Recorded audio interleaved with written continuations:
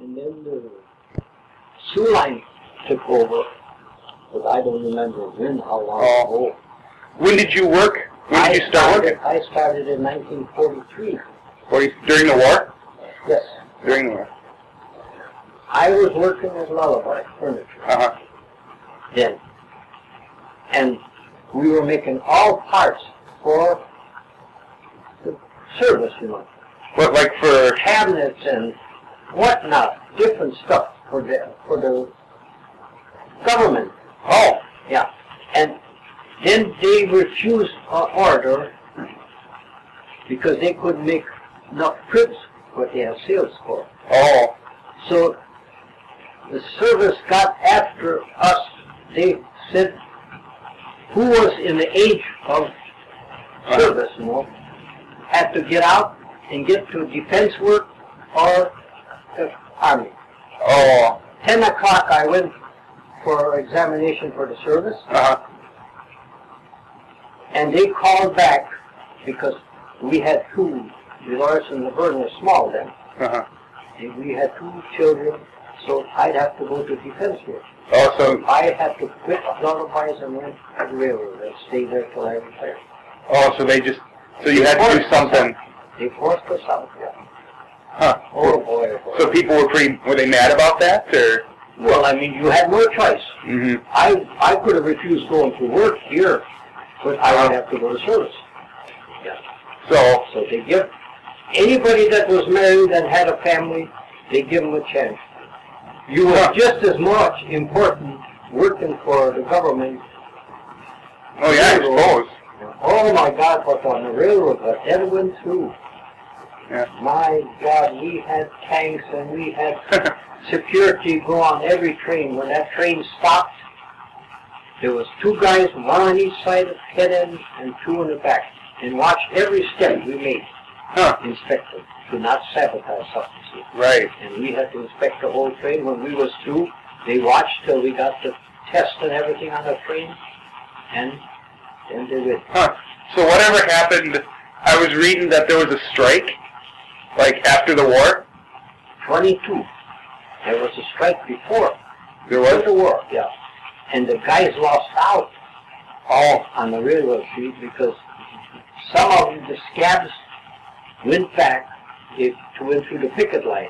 There was over 500 men at that time working on the railroad street was striking. They had a shop here where they were making everything for the railroad. Yeah.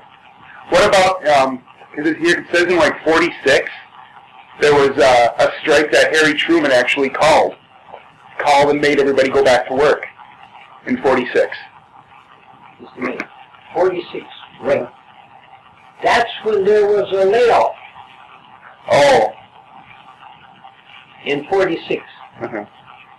The guys that were on a strike in 22, they all had jobs someplace else. Then you would have jobs in the mills and all over.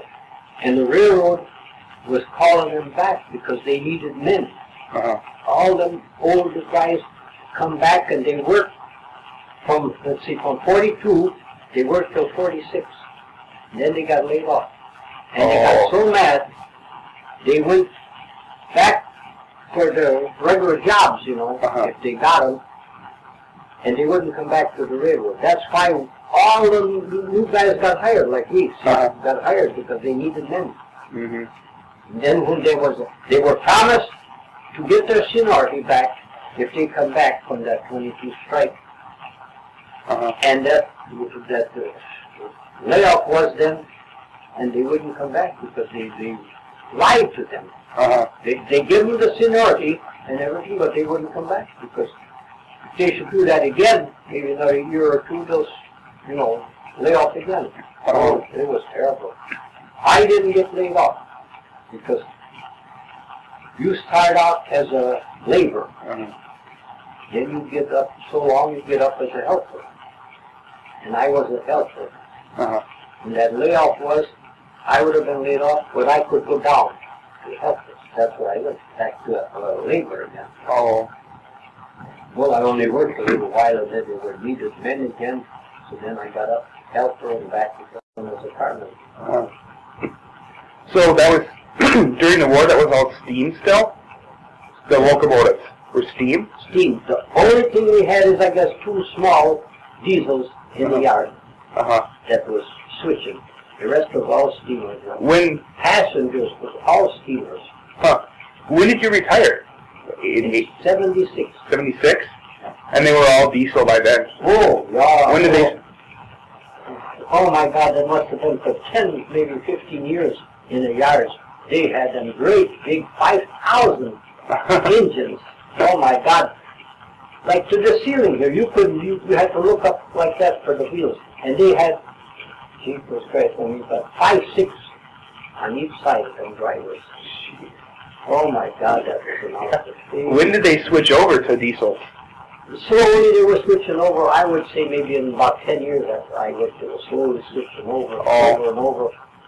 And then passengers still were running with the steamers. But then they changed to diesels, yeah. And then they took them off completely. Oh, so they didn't have passenger trains anymore here? No. Oh, God, I wouldn't remember, but it must have been, I would say maybe 20 years after I started when they quit the passengers completely. We used to go take care of the passengers. I worked in the yards here. But every time a passenger comes, there was after 1 o'clock in the morning and I think 3 o'clock in the morning. One this way and one that way, passengers. And me and Edward, my brother, we had to go from the yards over here to the depot. Take care of them. When we got through, then we come back in the yard. Wow. Oh, and the troop trains were going through here. Oh, I wasn't telling you. I would go home from work, and I was on call. Sometimes, say 10 o'clock, you get called a troop train coming. All troops from service. Right. And boy, when they found out, them girls, they were there clouds of them. They couldn't do nothing. All the young girls there for the troop train? Yes. When that train would stop, guys even fall out to the wind and pulling the girls in. And there was 5 taverns on South Side then. Before that train went, them taverns were all sold out. Everything. Cases of beer, whiskey, whatnot. We used to have as high as 18, 20 cars of troops going through. You talking about like the Dewey Bar there? Or yeah. Outside the depot? Now there's Dewey Bar. Only, I think, taverns that come. Yeah. Then there was 4 or 5 taverns was then on South Side. Wow. They were all sold out. So when they found out that the troop train was coming maybe next day or next week, they were all prepared. Stocked up. Some of the guys got left a couple times. They didn't make it back to the train. They had to stop the train wherever it was, like say Junction City. Well, they were always going this way. Say Stockton and through there, and the taxi had to take them there. That train had to wait for us. They could not leave it. Oh my God! Wow. Are guys going back either to Chicago or Minneapolis way, or? That's what all was going east. Yeah, I don't know where they were going, but oh my God. Yeah. There was something to see. And we had to put water in. They had big tanks, for water for everything they used. We had to water them and put ice in the bunkers through the top and all that. The worst thing was putting on belts. Underneath they had big generators, When they would load the generator, would have the lights, Oh my God! Then we had to put them belts on those, especially when there was snow.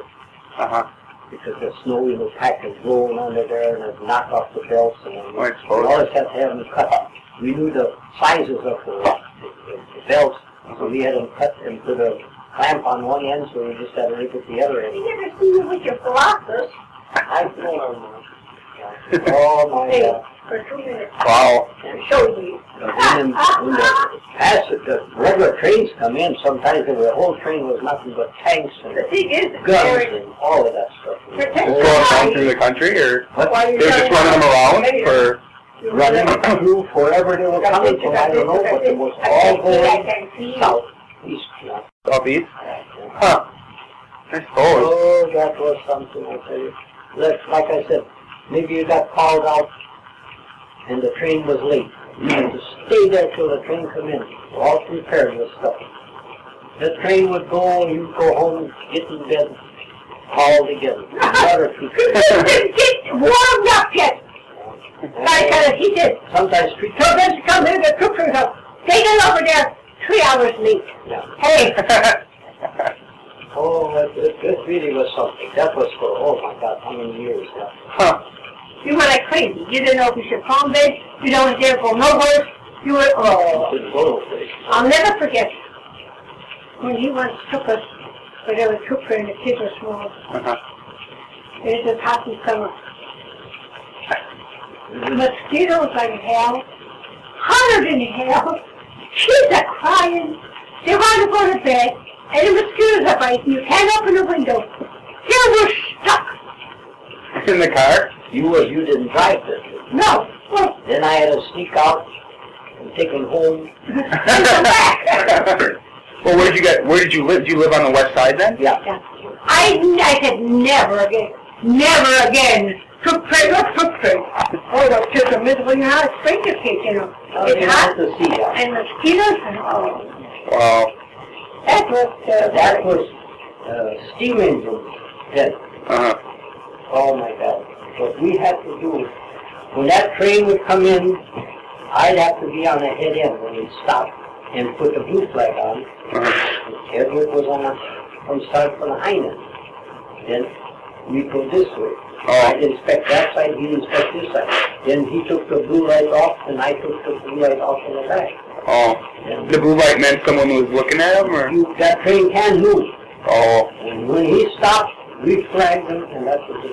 Because we were underneath him all over. Uh-huh. Yeah, so. Putting brake shoes on him, putting belts on him. Oh, God. Worst was when there was wet water, and you under there. Then we'd have pieces of board or something and went to kneel on it. Uh-huh. You couldn't just get under there, that's all. You know how low them damn things. Yeah. Oh, Jeez. that was I worked when it was hard. Everything was by hand. Mm-hmm. Those up that come in so rough, and you and Calvin, baby. Oh, my God. What'd you do to one thaw and just take a lantern or a torch, or you just had to wait for him to warm up? You mean underneath the cars? Yeah, if it's stuff that you have to work on when it froze up. Oh, you couldn't clean out. If there was snow, you just have to clean out enough so you could get down, kneel down or something. Oh. But you couldn't do nothing else, no. Hmm. Only them generators, that day you had to knock the snow off the cliff, because then there was flat, because it wasn't running, you know. Yeah. Oh, my God. Jeez. And it wasn't so bad. If they called ahead, Uh-huh. then we could cut the belts and get ready, but if they didn't call ahead, they didn't know, only the lights were dim, you know. Uh-huh. Then we had to go by guess, or find in a car. They would have marked for the size of the belts, yeah. Huh. Oh, Dark. I didn't like. little light, yeah. Like that lantern there like that, that's all we, but at first we had carbide. I've never seen a carbide lantern. Not a carbide lantern, no. I got one, it's hanging in the garage. Really? Yeah. Huh. You had a little tank, you put that carbide, like gravel that was, that carbide. Oh. I don't know what that is. Like Carbide's like, yeah. little stones, yeah. White. Then you put that there in, then the top was again a tank with the belt on there. Mm-hmm. Then you put that on and you had a gasket on that, so you had to get that tight. Uh-huh. If it leaked, your light would not work. Huh. You're not trying to play with that when you're supposed to work. Then you had to open that just a drop, or maybe every 10, 15 seconds a drop of water would drop on that carbide. And that's what gives the gas. Mind you, with a light. And the little Oh. outfit in there, and if you didn't dare drop the light or shake it, because if you did, that thing would flip up. You was done. You had to either change the burner or turn it out and Huh. blow it out or Oh, something. that was very patchy stuff. Oh. That's what you like. And in the How long did that last? or last all night. Oh. But in the winter time again, you had to put a stocking on that tank or something or the water would freeze. The minute the water would freeze, there was no gas. Right, because it couldn't drop on there. Then you had no light. So you had to shake that somewhere or break that ice so that gas would come Did in. he have batteries at that time? No, there was carbides all Go over home, just I'll tell Mom I'll call. Oh my God. Yeah. Oh, God. Because I said, that was terrible. My man, at least he have a battery here in the Then to come out with the batteries and the lights. All right, if there was no batteries, no time, how come our flashlights have batteries? The small flashlights. There was, but they didn't come out with a light that would work. And that was a 10 times better light, the carbide than the batteries.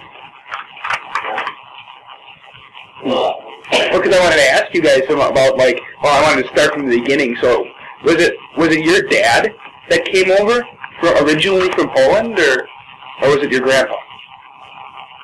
His folks. Your dad's folks came over. My dad. Your dad came over? From Poland. Okay. Do you know what part, or just? Wait, my dad was from the Russian, Polish, whatever. Oh. Like half and half. Oh. You know, So I don't know how would you put that. So over in the eastern, was it the part that Russia owned, or Yeah. was under control? So what, did they leave because they were going to get? He was only 12 years old when he come here with the fishermen. He sneaked on the boat. He would come with the fishermen because he was like working for them, helping them, see? Oh. And they said, well, they are going to go to the United States, you know, how they traveled months. Well, he was going to go too. Come, and that's how he got here. Wow. He never had citizen's paper.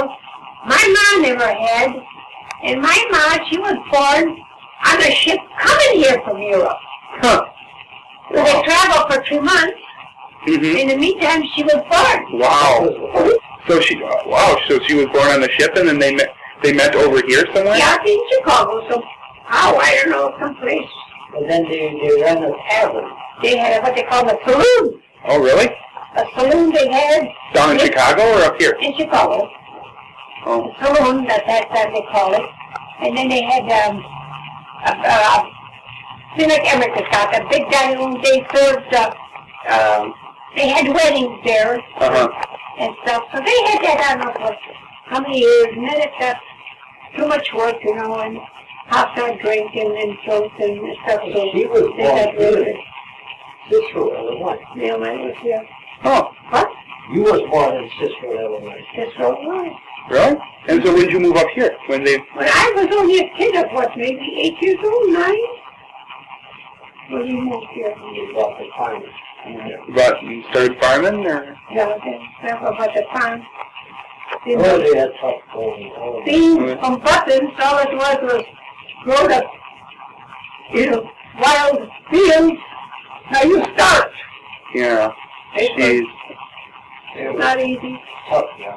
There was still a lot of land to buy out there? What was that? That had to be the 20s. We didn't have much land. We couldn't buy no purpose, but we were on that, what you call a limited, where it was water and lakes and stuff. You couldn't, I suppose, I yeah. don't know how many, what did we have? 65 acres? Must have been 60 or 80 acres. 80 acres, but that's not clear land. No, God, no. Because we had All lakes. swamps and lakes. Oh, wow.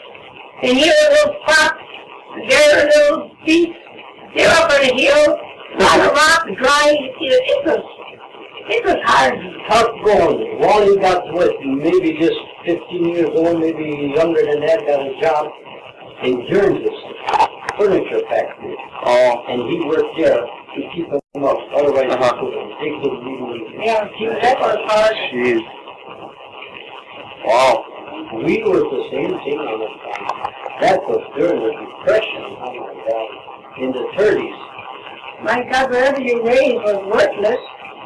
And we kids were small, and we had to do what we could on a farm. Just what we could do, and I had to go to work. And he went to work on the dairy farm way by Rudolph.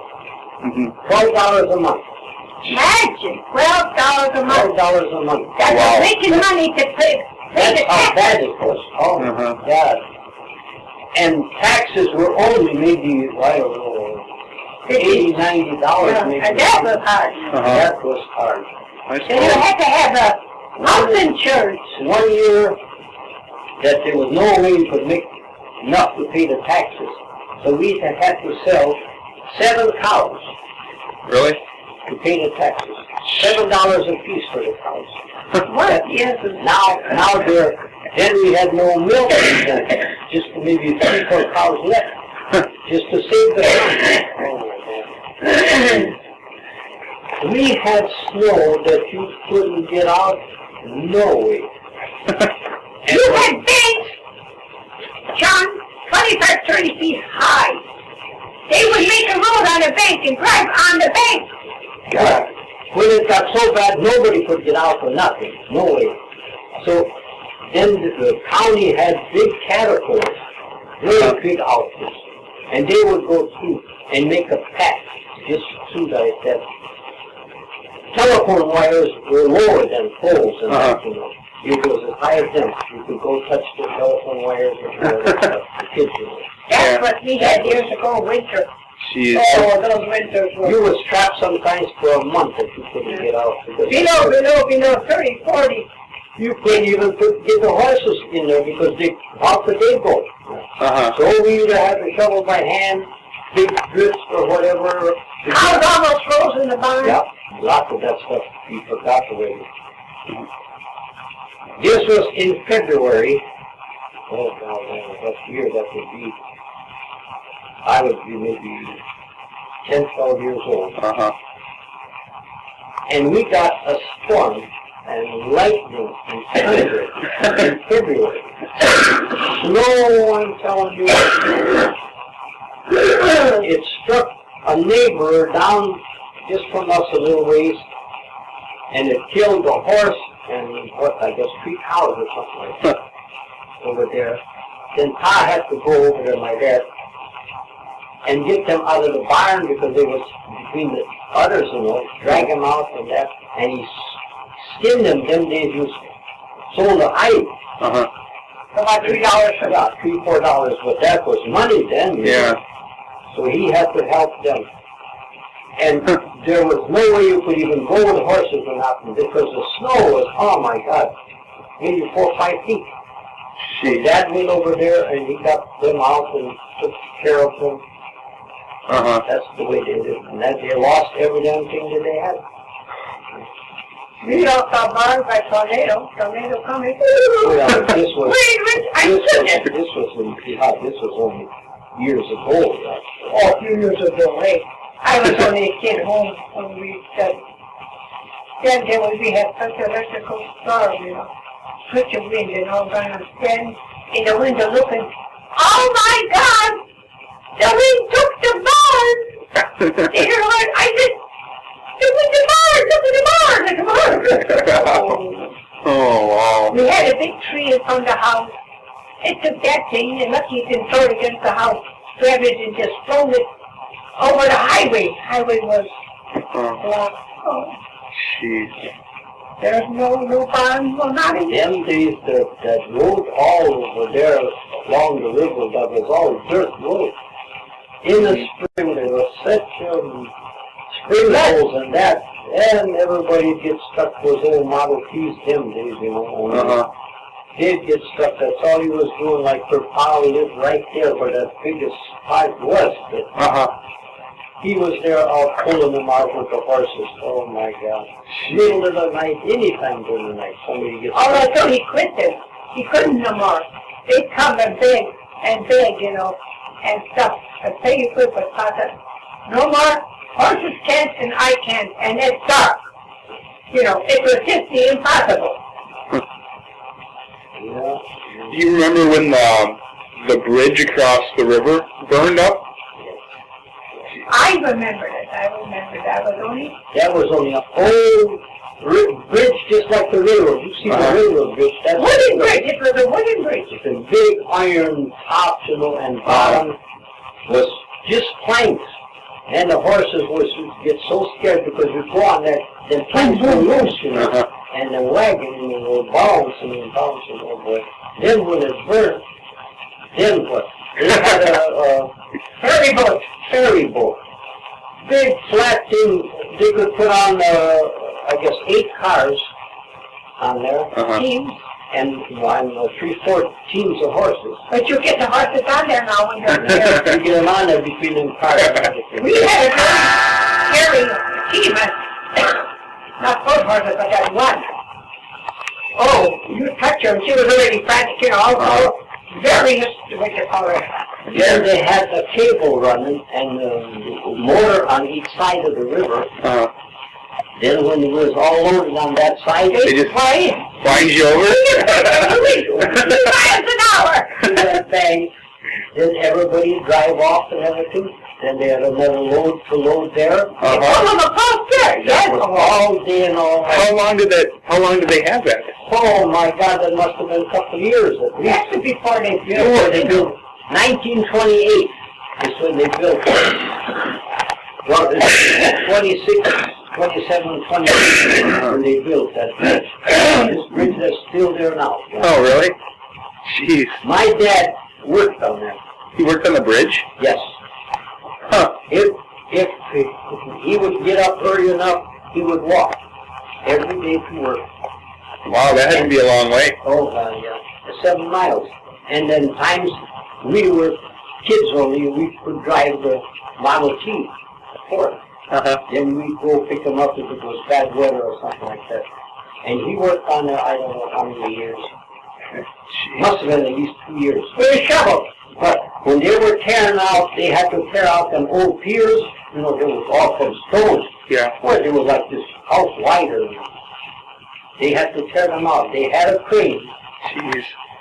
They were busting that up, you know, and putting it on a boat or whatever to pull it to shore and unload it.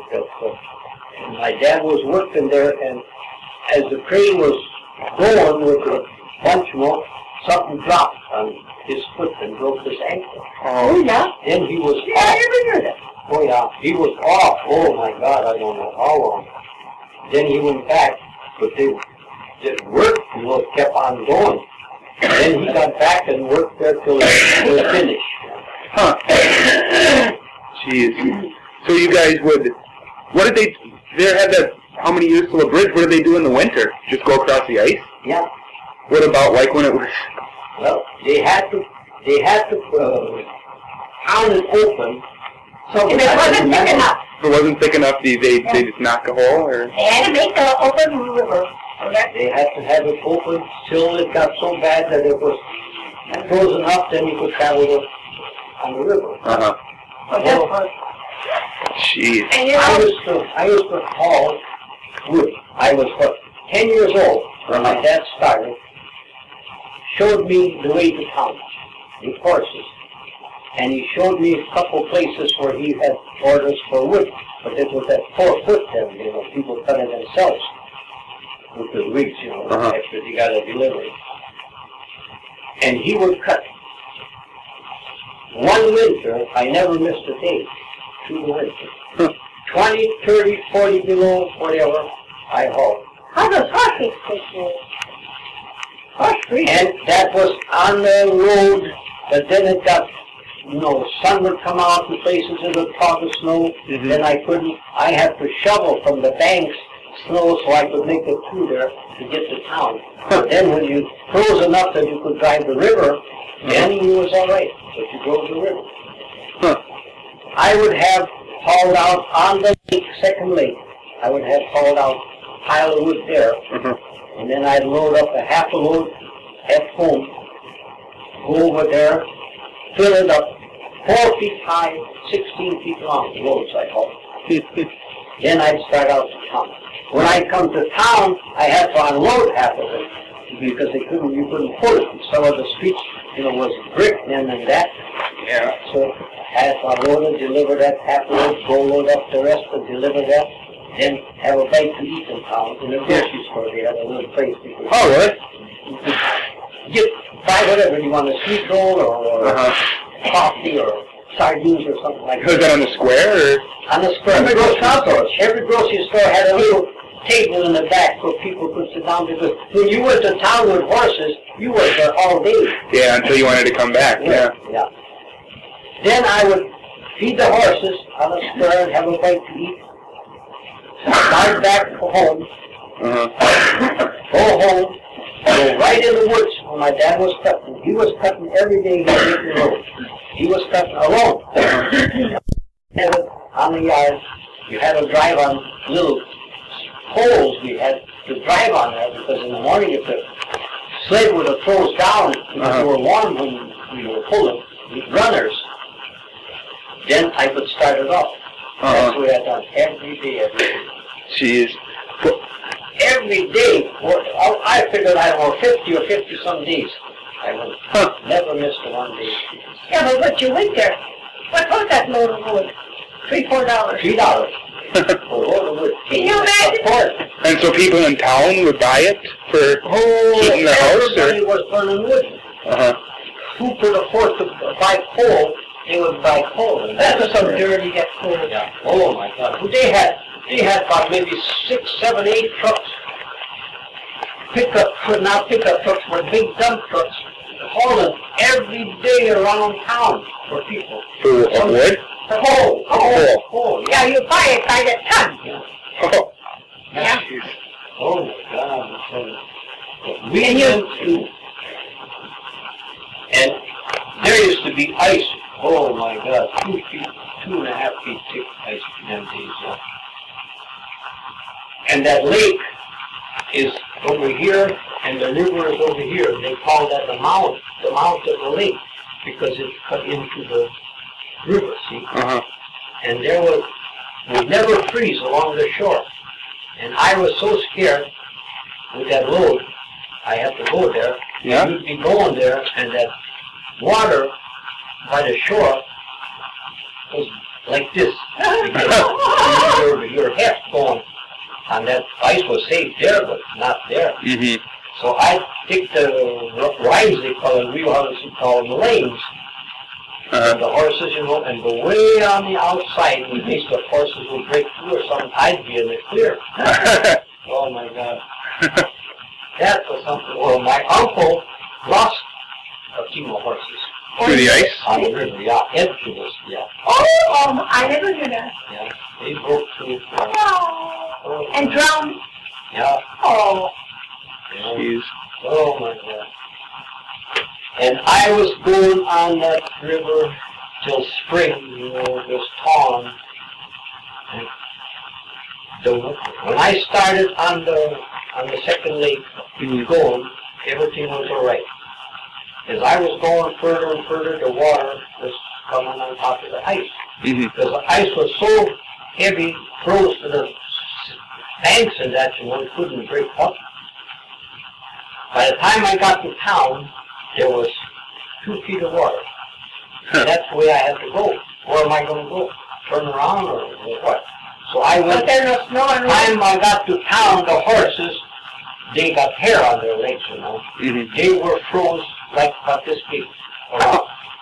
When I got to the town, got off the river, then I didn't go back. Yes, I did go back, because it must have broke. The ice lifted. Oh. Because it was ice, you know, like that. And the water all disappeared. So then back I was going, and it was dry. Jeez. And that river, them days, there was all woods all over. Some places I cut into a slough that was just maybe as wide as this house. But it was first, but I could cut through, that was by your place, that cut off was in there. That's why I would go instead of going the main river. Oh my God, that was something. So in the spring, were they still hauling the logs from up north down? They were not hauling. In the spring, they floated. They float them down? Yeah. All that they had cut and everything, there was 3 sawmills in town here. And every one had to be marked. This number went to this one and that number went to that one. Because then they had guys driving them logs. Yeah, did you they have to have spikes, on there, Uh-huh. and they were driving them. On them logs, they would have to balance themselves, so they wouldn't let them go in a sluice. They have to watch the people in the river all over.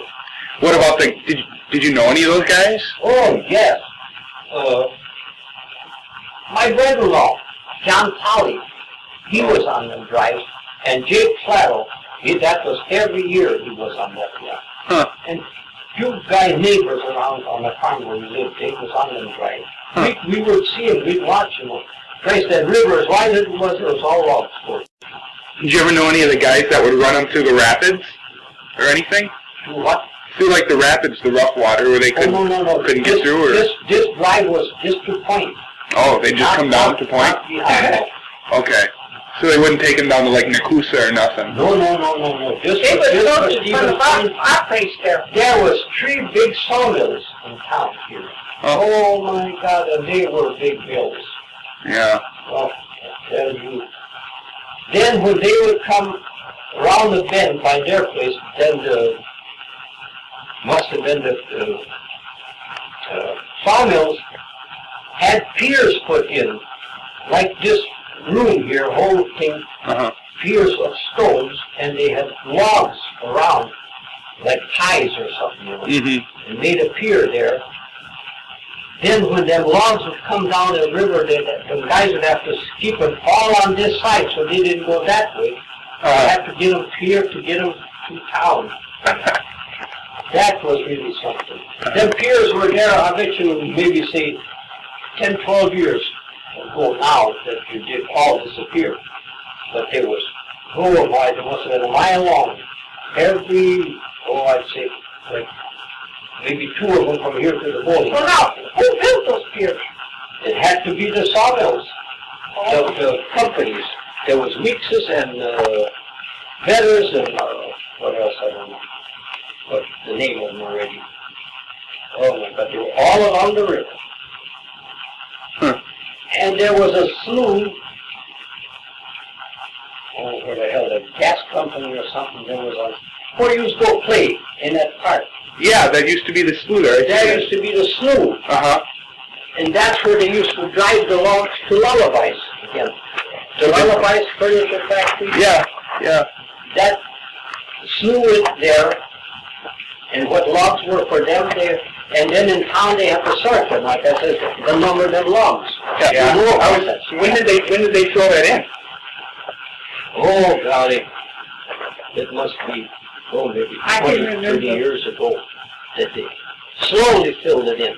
Oh. Because it started from where the campus are, all of that stuff. Uh-huh. That used to go through there. Huh. Where all them buildings are. Hey, didn't Century fill that in? No. It was the city and whatever filling it in slowly. When I worked to boot houses, they had a sawmill. Mm-hmm. And we used to haul logs from home and sell them there too. Uh-huh. And you drive in along the bank that there by the building, right by the building, and go over there and just cut, you only have little stakes like this for the logs because you pile them this way. And you got as high as you could go. You just cut them stakes and let the logs go, right in the pond, right in the water. Then they had a conveyor. The guy would just push the log up to that conveyor was going, and he'd go right up on the platform to the saws. And then they'd put on a carriage, rolling on a carriage, and saw logs. Yeah. And I worked with the team of horses there for 2 years, all in the lumber slabs away. From the... Years ago, this was all busy working. Oh. Factories of a button factory we had here. Huh. Buttons. Buttons? Button factory. They made buttons. Didn't they have a factory for like fishing lures somewhere around here too? I don't think so. Fishing lures? Fishing equipment. I Huh. don't know. No, but I mean, there was places that used to sell it. Fish, oh my God, fish markets, oh my God. Now, but these means fish lures. The hooks in this thing, for fishing. Oh. Clams. All the farmers around there were catching clams in the river. there was loaded with clams in the river. I don't know if there is yet or not. I don't know. You had a rod like across this house, and you had wires going down about maybe so far, and then they had hooks on there, upwards, around like that. And you had hooked it on behind the boat, and you would go along and drag it. And when the clams are open in the bottom of the river. And when them things would hit them, they would snap down, yeah. Snap down, and you couldn't get them off. You had to know how to open them down. And that's the way the farmers worked, till they got a big pile of them, hauled it, imagine carry it to the banks or whatever, and then haul it maybe with horses or what. Then they had to boil them. Get the clam out of there, and you just want to shells. Oh. Then when they get so many, then they'd haul them to town to the button factory. That's where they made all them buttons. All different kind of buttons. Oh, so they take the shell from the clam and make buttons out of them? Right, right. And people used to watch, they used to find pearls in them. So they carefully, when they opened, they checked it down there and climb. How the hell they fed themselves under there, I don't know. I suppose everything that went by, whatever, that I don't know, but I can remember how. And then where was that button factory? Do you remember? Right on the end of Franklin Street, just little ways, 1 block from where that Hitler's is now, or for you play. Just beyond that building, next block, that's where the button factory is. And I can remember, because if I didn't pull up on Main Street from the river up, I used to cut off by the button factory with the road of wood. And every place there had a railroad track running to the buildings, because that's where they hauled everything by rail. And I come off the river by that button factory, and here's the tracks, and I was going like this. And when the hind end of that sleigh, you know, the 2 sets of sleigh, you don't know. I think I know what you're talking about, yeah. The hind sleigh come, that was in the middle of the load, and it followed the track down my road. Oh. So I had to unload every damn thing and get that damn sleigh under there and fasten it back onto there and load up the wood and go. Well, that was a job. A kid. Well, baby, you knew what you're doing. You had to know. You learned in a hurry. You must know how to sleigh. Maybe you never remember.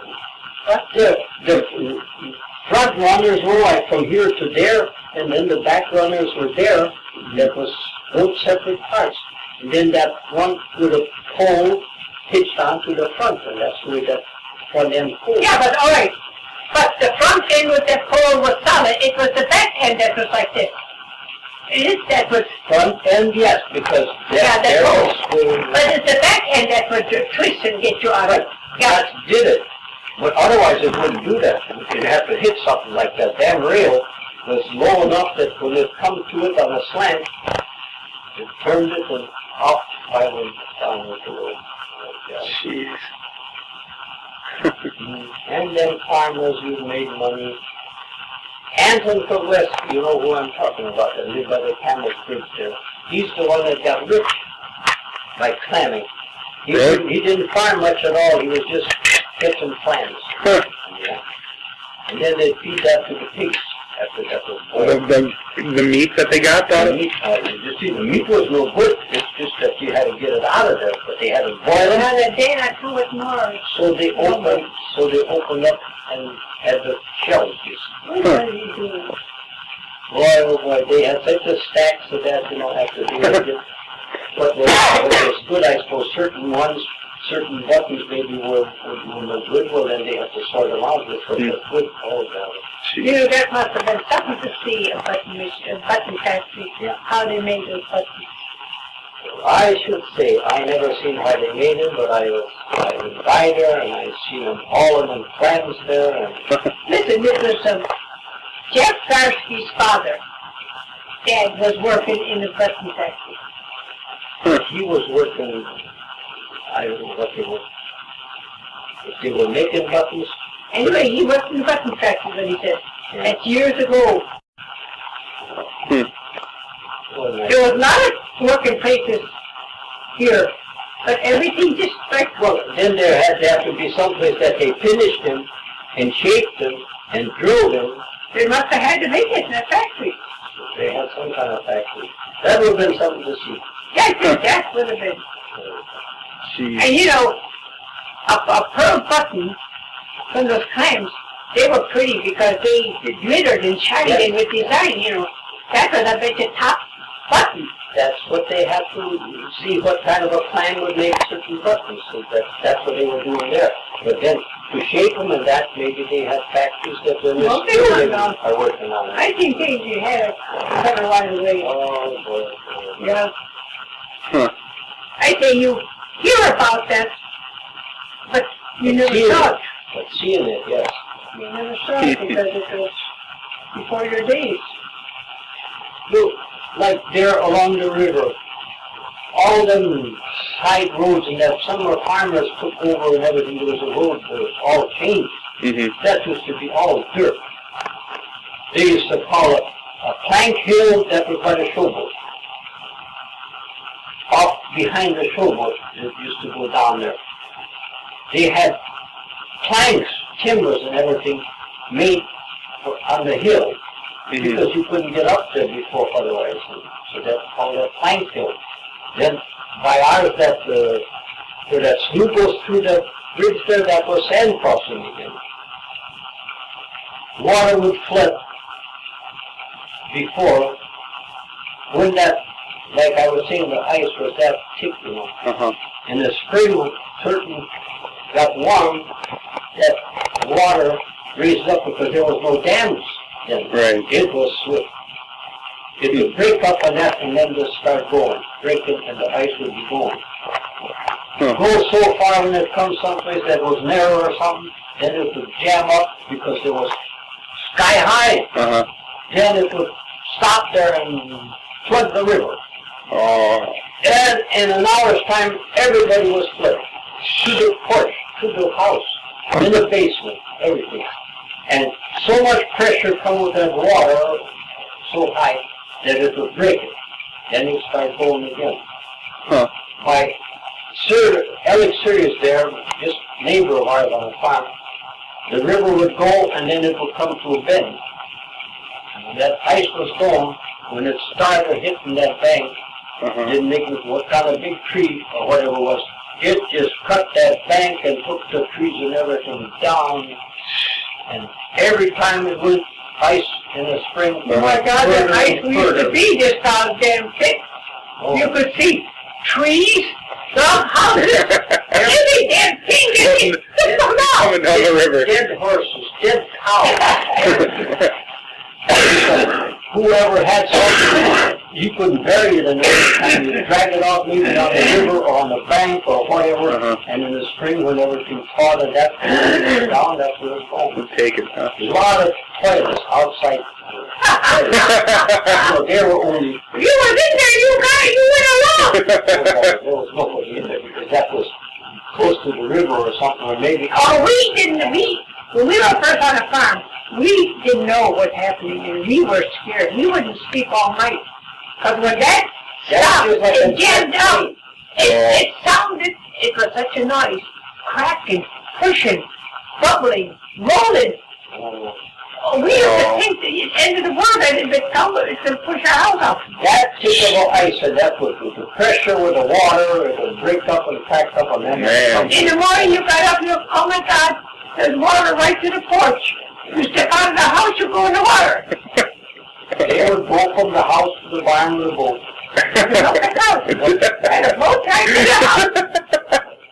Our neighbor, What's up, lady? next door neighbor, well, it was only like on here, but bowling alley from our line, Uh-huh. the neighbor, and he had built in the barn where he used to put They used to call it a hay mow.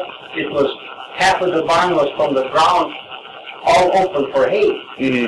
And he had to build a platform, I think he says 3 feet high, over there, so that water would come in the barn all over, then he put the cows on. I did too. I did too, had to put the cows up. Yeah. But that was all one You river. never knew when it was going to flood. Oh, I'll tell you. It was scary. It was scary. We had the Model T, and we went to the neighbors, and through the field, he had a road towards the river. Mm-hmm. So all of us got in the car, went over there, sit in the car by the river, watching that ice flow there. All at once it jammed somewhere a little ways from there. Uh-huh. And we looked around there, we were surrounded with water. Now you drive through that water, maybe it was already that deep. Oh, man. We had to drive to get out because it was coming up and up. Well, When did you guys get a Model T? oh, golly, we had 1918 or 1919, the first one. Uh-huh. But my uncle had one 1914. Oh. That was really comical. It had not carbide. Yeah, it must have been, no, kerosene Headlights? lights. It's a Lantras built. I couldn't explain it no more. That's all the actual lights. And there was no starters or nothing on the cars then. You had a crank. Put the switch on and that, and go in the front with that crank. And Jesus Christ, if you didn't do it right, you got kicked back. Oh, God. I got kicked back and broke my ankle. The wrist, yeah. Oh, my God. Going down with full pressure from that through you. Oh, Well, we learned how to crank that thing. He said, you never grabbed, that's where that crank, like this. You never grabbed that. You did this, where your hand wasn't around. Because if you had your hand around, it took your hand. So he wouldn't go around. He would hold it some way. Oh, he would just go down and then pull up. Yeah, something is what Pull up, but you couldn't do it fast enough. Well, you must have. And in the wintertime, the car was so stiff and that. Oh, you had nothing but heavy oil in that. Nothing you could turn. You even couldn't move the engine. So then you jack up a hind wheel. Uh-huh. By jacking that hind wheel, I don't know what the hell it done to release it. Then you cranked it easier and it started. That wheel was going wide open. And you have the car blocked good because you was in the front of it. Jeep was Christ, and then you had run it for a little while till it got tied it down a little bit. See? Then you slowly let the jack down. So it would hit the ground slow. First it would tear, but then you dropped it and it would stop. Because that's a floating X. I don't know now what the hell they got. Oh, yeah. And that's where we have to start the car. And water in the radiator. You have to start the car, and so the engine got a little bit warm so you could start pouring water in. Oh, yeah. The station was pretty What did below you it. do in the winter? Huh? Did those radiators freeze? That's right. So I said, then you filled it up as long as the car was running, it was running enough to keep it warm. That you could do it. But you had to drain it. The minute you stop something, you have to have blankets and cover up for a little while only so that you knew that the Yeah, water... but then if you didn't use the car, Oh, you had to drain it. Oh, all you would do is walk and with a bucket of water. yeah. Oh, God, you had a headcock on the bottom there to open it and drain it. Oh. Right away you have to when it goes warm. Otherwise, Years ago, so if you you left had to it for half an hour, you bust the engine. how many times? But I guess you had to think how to figure out. But that don't work, but you got to figure out how to make it work. Yeah. That's what. Oh, Then we used to have to haul potatoes. We'd have to heat up a couple bricks, the red bricks, heat them up in the oven in a wooden stove so they got good and hot, then wrap them in rags or whatever. blankets. Put them down there and then start to put blankets and put as many sacks of potatoes as you could in the car in a vacuum piled in there. Then that's where we haul it to town so they wouldn't freeze on the way. Mm-hmm. Boy, that was something. You had no heat, So you you- gotta make heat now. That really was something to live, I'll tell you. So you'd go and sell them on the square then, or? Well, then they had, oh golly, what, about 6, 7 potato dealers, and they would buy them. Big buildings they had, heated buildings, and you'd come to town. While he was coming in, this guy would come and offer you this one, that one would offer you a little bit more, that one offered you a little bit more. That's where you win, unload. Oh, that was something, I'll tell you.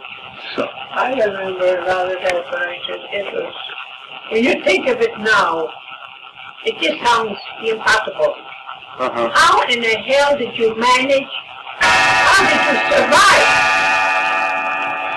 But the bitter cold winters, poking that stove with that wood and wood and wood, I sat all night.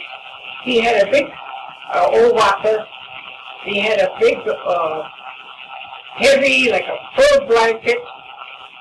He had an old fur coat, you know, and he'd sit down in the dining room there and stuff, and just would sleep on that chair, because maybe every hour or two he had to fill the stove up with wood. Us kids, there'd be 5, 6 of us in the bed sleeping to keep warm. Oh, I'll tell you, that was a boy. And you didn't have anything else. You didn't know anymore. That was your life. If you didn't go pump water, you didn't have water and stuff. If you didn't poke that stove and fill it with wood, it was cold. I used to have 3 stoves going for that old house. It was just like a cardboard box.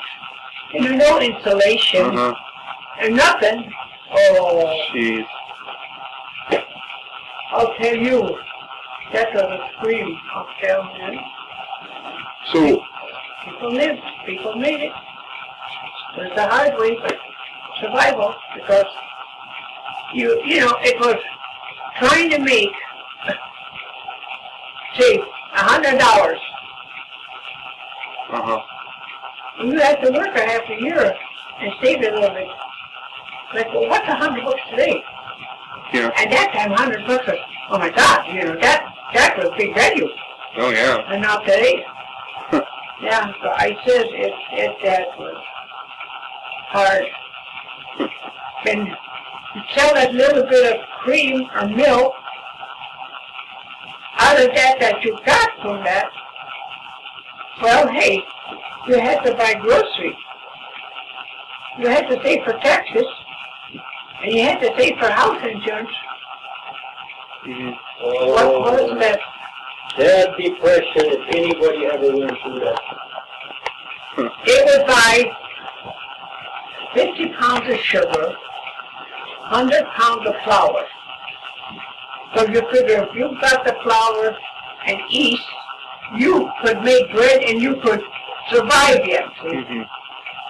It was hard to buy that big sack of flour. That was maybe $2, $1.98. And that was hard to have, that $1.98. Oh, I'm telling you, this is terrible. And sugar too, I don't know, what was it, but they buy 25 pounds. That should last for a while. There was such a bunch of Jews, they call them greens or whatever. Oh yeah, the greens. Yeah. In town here. They were rich. They used to foreclose and take farms away from people because they couldn't pay nothing. They couldn't pay, so they would take the Is that the banks, or? No, they were just a bunch of Jews. And they had a start, so that's what they were doing.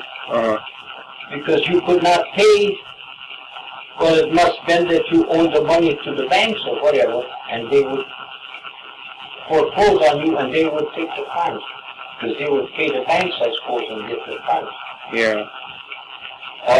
There was 3 or 4 in our neighborhood over there that lost their farms or going to lose their farms. So they come to my dad and beg him if he could go and get a loan. His name was good in the bank.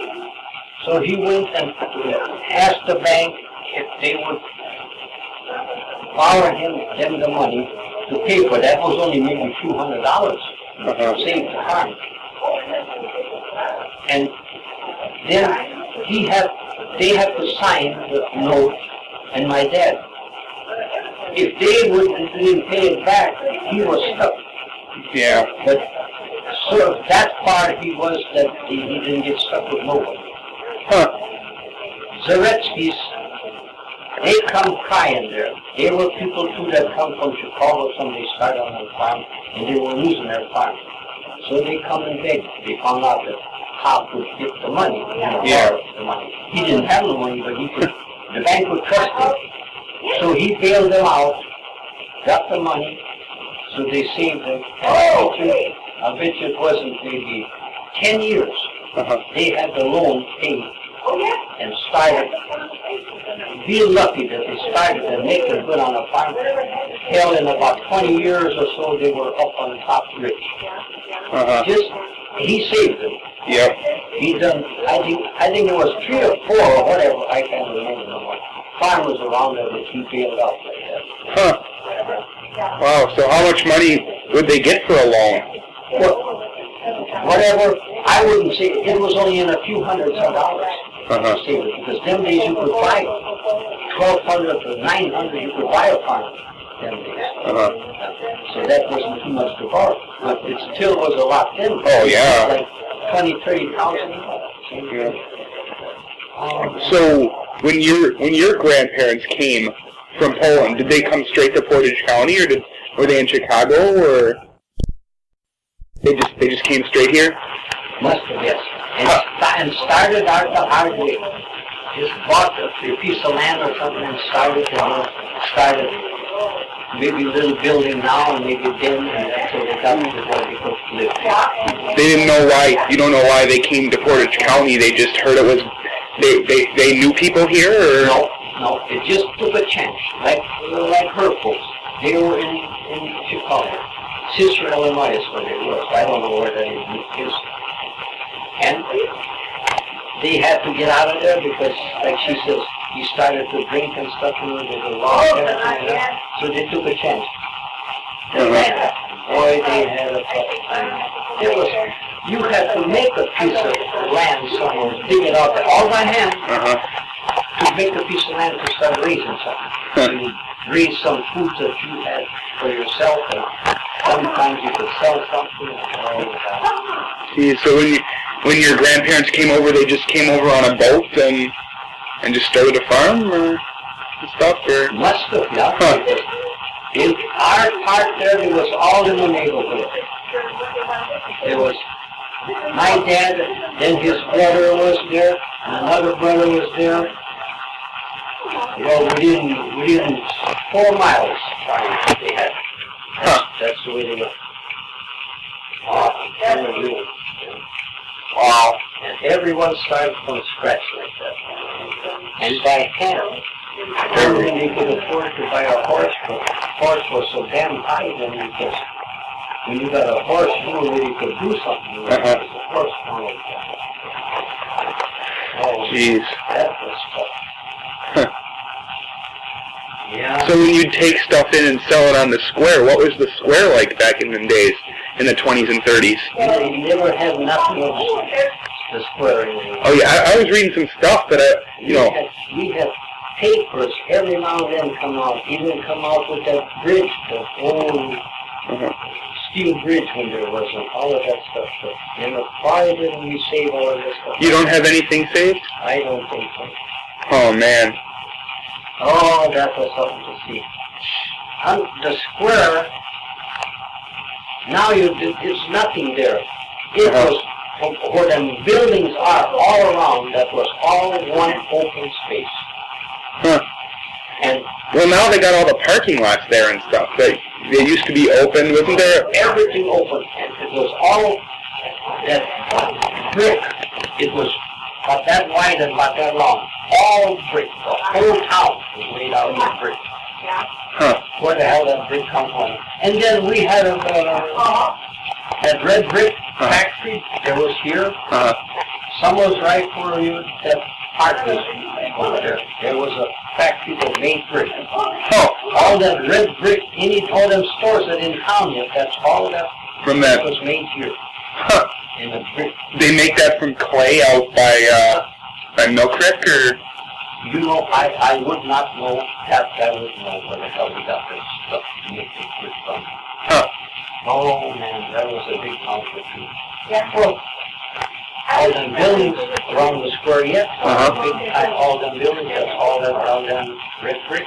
What were the stores on the square? What kind of stores were there? And you see, grocery stores. There was one, Waltman's, Kuznaski's, Fleet store. Then there was a butcher shop. Let's see, there was two Bardics, Kuznaski, Waltman's, and Fleet's.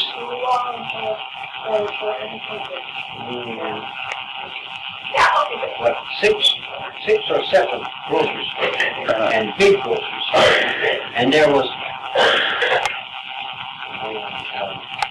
must have been 10 taverns on that square. Just all the way around, or? Yes. Huh. Let's see. There was 1, 2, 3, 4, 6, 7 taverns. That's all it was. Grocery stores and taverns, the whole square. And on the square that was all open, like I say. And when you was to sell stuff, one side was for selling like wood and stuff like that. Everybody brings loads of wood on the square because people bought wood. Everybody had burned wood, like I was saying. The other side was again where they would park hay. People come with big loads of hay because everybody had a cow or two or a horse or so in town. Everybody had a small barn by their places. Yeah. Some of them are still there, made into a garage or something like that. Some of them little barns. I suppose. Yeah, and people had to buy that stuff to survive in town because they didn't have a farm. They bought all this stuff. Right. And you butchered beef, cows, calves, and everything. And you cut them up and chooks and that. You went on the square and sold it. Eggs. You sold. Whatever you could raise to sell. That's what you sold and lived. Yeah. Jeez. So is the square get pretty rowdy with all the taverns, or was it just mostly farmers that would come in for? Farmers would come in, that's where they lived on them taverns. The farmer would come in there and he'd go from his road where he was trying to sell, because he had to be around there all the time, go in the tavern and have a few drinks and that. And during the Depression, you know what that is. Yeah. You could not have whiskey, nothing. That was dry country. Then that was moonshine days. Yeah. So what did they do? If you went into a tavern, would they just have like soda, or? They had, yes, and home brew. You had to have a license to make home brew. There was 2 of them on Mill Creek.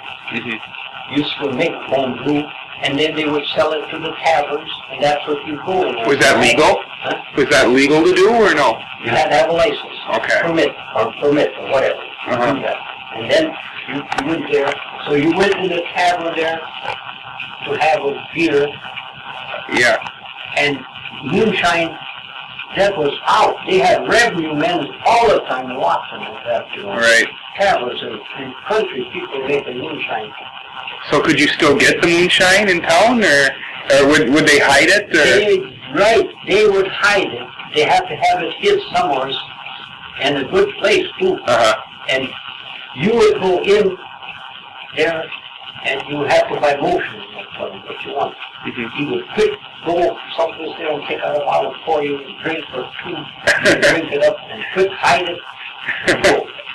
How many of them got caught in it?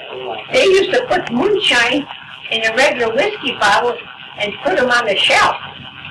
The regular men would come and they'd go open every damn bottle, taste it, and okay, and they were the sneakiest. They couldn't put moonshine in them bottles because they had to hide it. Yes, but they were. Some of them were and got caught.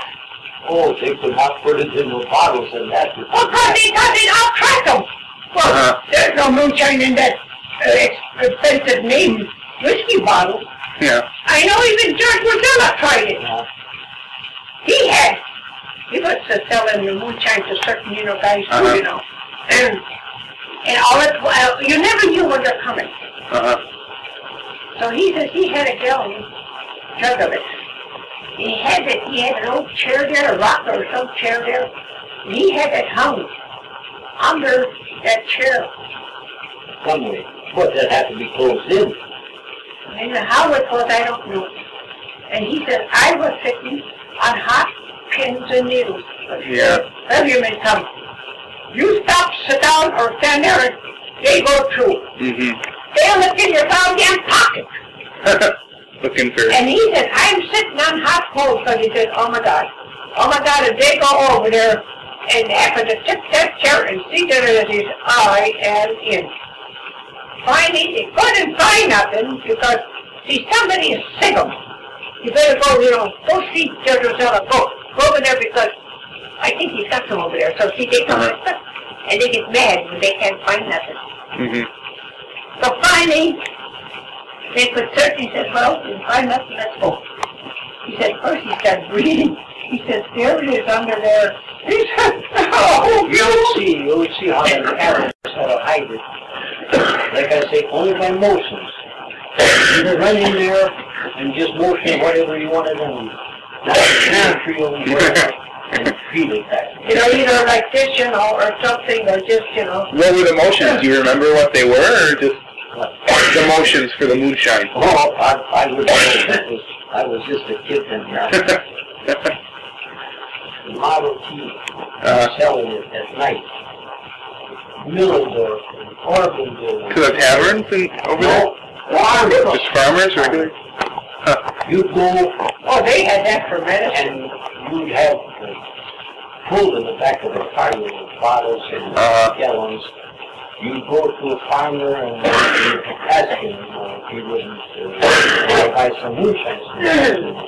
Well, you talk to him, and you had always a bottle to sample. Yeah. Always say if you want to sample it, you give him a drink or two and you sample it. Oh boy, you can try. Maybe a pint, maybe two, maybe a gallon. We used to sometimes, say maybe in 4 or 5 hours at night, we'd sell the whole damn thing out. It was only $4 a gallon for so much a little bottle and stuff like that. And that's what we used to do. Wow. So, Making money to pay taxes. Yeah. well, we made good money if we kept it up. And then he was a alcoholic, you might as well say. And he would drink and get drunk and raise hell and the neighbors and stuff like that and showing off. Then the neighbors knew that we must be making moonshine and more. Be careful of stuff. So how'd you make it? What do you have to do to make that stuff? First we started in the house. We had a barrel or two, the big wooden 50-gallon barrel. Then we cooked that. Where it started from the beginning, you had to make we call it a mash. You fill that barrel half full of hot water. Then you used to have corn sugar. That comes in chunks. Corn sugar? I never saw Corn sugar, yes. It comes in lumps. This big, a little bit. Little chunks. But squares like you work them up in that corn sugar. You'd have to have that hot water, then you poured, what was it, 100 pounds of sugar. 100 pounds, wow. Of that, yes. Then you put 50 pounds of cracked corn. Regular corn. Little corn. Cracked corn, but you buy it because it has to be cracked corn. Uh-huh. Then you fill that barrel, put in maybe this far top there. Then you put, what was it, 4 pounds, like pounds of butter, of yeast in there. Yeast? Yeast in there, yeah. Oh. Then you mixed it all, then you covered it up. For 7 days it had to be covered, so that would all work. Foam and everything, but you had to cover it tight, so it kept warm. And every 3rd day, you had to open the blankets and then mix it, so it kept working. The 3rd time like that, then it would quit bubbling, and then was time to cook it. Then you had a copper boiler, about this big, about that high. Fill that thing up on the stove with a match that was half a barrel, and that's still.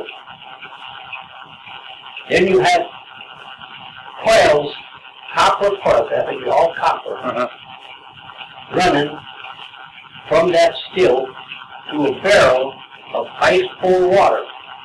That barrel was up, say that big, and the coils was made like this, all the way down to the bottom. So it would cool it off and condense it. Then, when that would boil, it had to be certain temperature that would boil. So then, when that steam would come to that top of that, and there was a elbow going to that, there was another gallon, a tank there, a catcher. The steam would go in there and out that way. Hey, and what poison there was in that would stay in that catcher there. And the rest would go in that coil, that steam. When it get down to the bottom, it was liquid. Hey, who knows how to make that up? Who makes that up? The guys were making them. It would cost you, I think at that time was $25. Oh, you bought them? Oh, you had to buy the stills. Yeah. Oh, really? They knew how to make it, because that's all there was them days. When that hit that bottom of that barrel, it was liquid. It would run like a wooden match, only, to come out, a stream. Oh. It would run, we used to have 2-quart fruit jars, and it would run in there. The first that would come out of there, it was 180 to 190 degrees. Tested, strength. Yeah. And every bottle that come out, it would be what? 4.5 gallons out of a tank, a half a barrel. It would come down to 40 degrees, or 40 below, whatever. Then you quit. You dump that out. That was mash, they call it. That was no more liquid in there. I mean, no more whiskey in there. So then you dump it out and you fill another. A barrel would give you from 8 to 9 gallons total. Then you would mix that. You would start from the highest and keep pouring and mix it, and you had a tester in that. When that would get down to, say, 80 or 85, then you'd stop. But what rest was left, if it was 40 degrees or something like that, you just dump that out because it's no good. And that's what you got. Say 8 to 9 gallons you got out of the barrel. And that's pretty strong stuff then. You have to water it down there. 185. When you would mix that stuff together, and then you have to have it in some container or jug, whatever, and burn white sugar. Burn the white sugar, because there was white, pure white, like water. Then you burn that sugar till it melted, and that was coloring. Then you use that, and you pour that. So like caramel coloring. Yeah, you mix it till it got the color that you want. Look like whiskey or something. Right, that color, yeah. Not too dark, because it had to look nice, you know. And then you put it in jugs, whatever, and hide it. you had to hide it. Wow. We used to hide it in the winter time in the corn shucks. Because before you had no silos or not, you cut the corn and it was in big shocks all over the field. That's where we used to go. But we couldn't make tracks because, you know, somebody would follow it. Yeah. And we'd hide it in there. That would never freeze. Can you imagine? It got so thick that you would pour it like syrup. But it never froze. That's how pure it wasn't. Oh my God. So it was just that half barrel of water, and then all that other stuff in there. Half a barrel, and 100 pounds of corn sugar, 50 pounds of cracked corn. Then you mix that, it was all melted, that sugar and everything. Then you put that yeast, 4 pounds of yeast to a barrel. 4 pound packages. Usually come in packages like butter. And then you just take that and boil it up, and the steam, you condense the steam? The steam of that, yes. The steam, is that what condenses into the alcohol, huh? Right. Huh. Right. Wow. And some of them, they used to run it without that poison catcher. Then all of that, if there was anything like poison or something that went through, that was in your moonshine then. Then what would happen? Some of the people made the moonshine that you couldn't hardly drink it. Very few of them would like it, see. And we could never make enough because it was smooth and perfect. Yeah. Wow. Then we got so that you couldn't do it in a house. Then you moved down in the basement. Because if somebody would come, you know, it wasn't in the house, then they could down in the basement, you could hide it. Then it got so that people knew about it, and we were afraid to get caught. Then we moved out to the woods. Take 4 wooden stones, imagine, in the woods in barrels. We had as high as 7 barrels already of mash in the woods. Carry that on your arms and that through the woods. And you have to go all over the woods and chop pine stumps, roots and that to make wood to have that fire. Because you had a certain kind of fire. If you had too hot of a fire that was bitter, certain fire, and on wooden stoves you had to control it. My ma used to be the one that could control it. She'd know just how much to put in. If it got too hot or something, you'd have to open the doors on the stove so it didn't have the draft, you know, to burn so fast. If you would only know what's happening. Then you got to dig a well in the woods for water because you got to have a lot of water.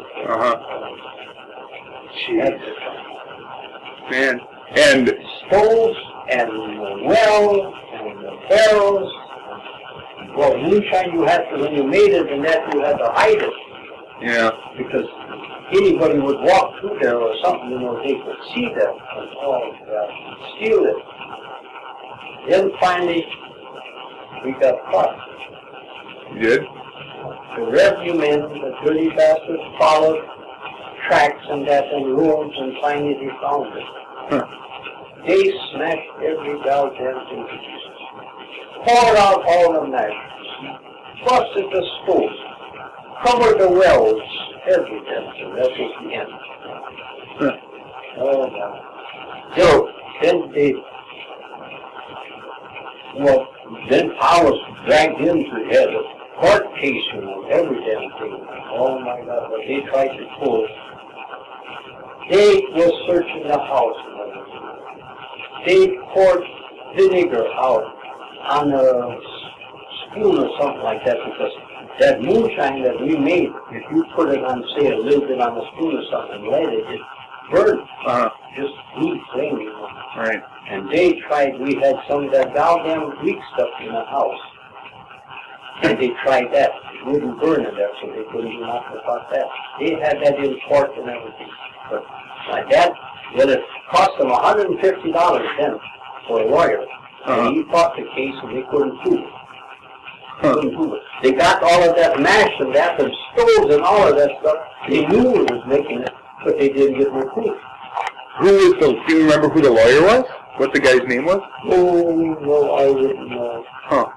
It was the guy from in town. From the square on Main Street, or? In town, yeah. There was a lot of lawyers that day because there was a lot of their cases that moonshine was sounding.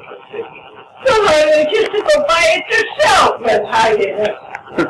Everybody bought it and hid it and drank it and that. Only that you could not sell it.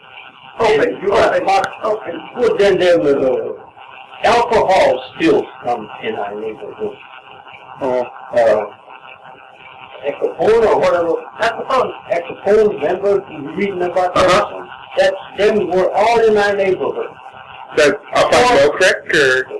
In Mill Creek and in by the showboat, 2 places there, and further down on County E by Pete Przybylski there in the barn.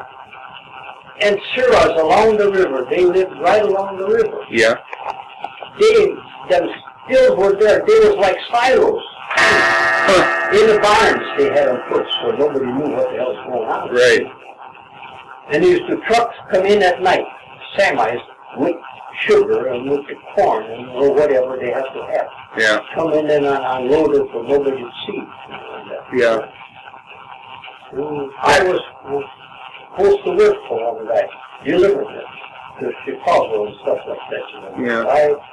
I would pay good money before if you got caught. Yeah. Stop on the road. Yeah. So I don't know.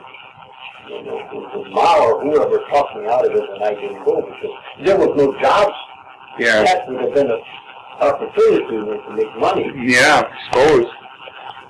So those.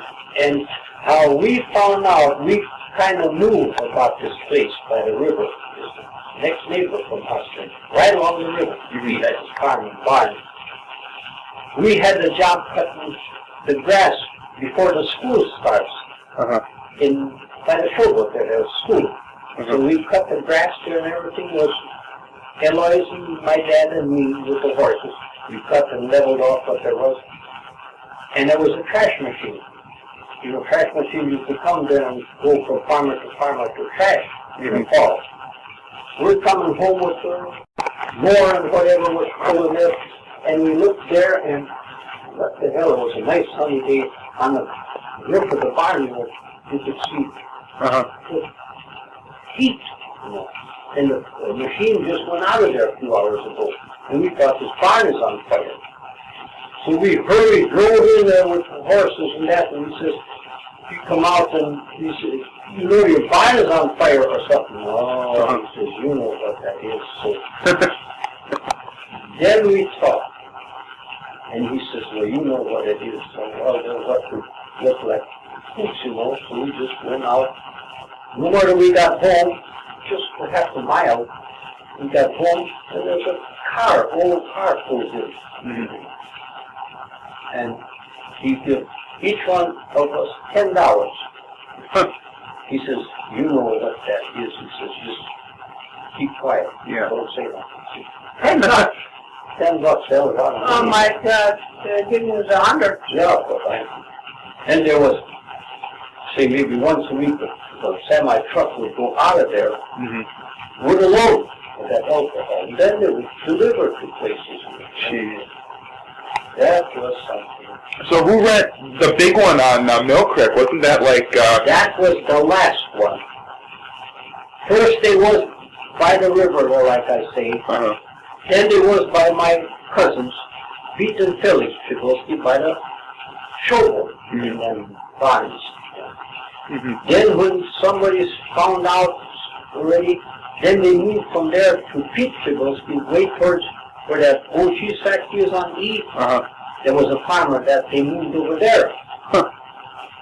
Then they spotted them there already. Then they moved on Mill Creek.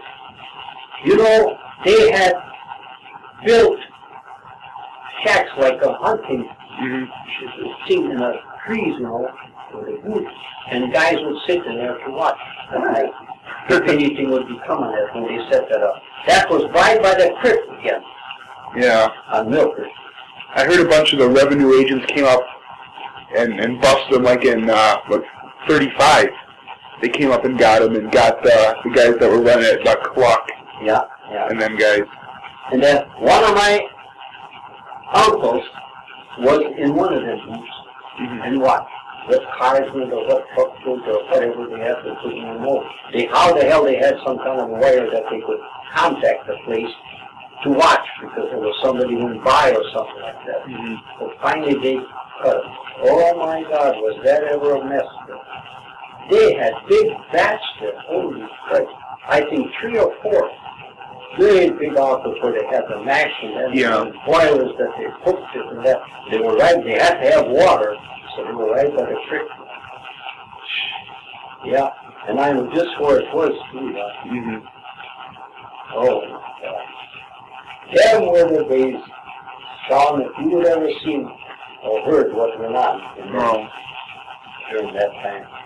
Then finally they voted that in and let whiskey come back and everything was open, wide open.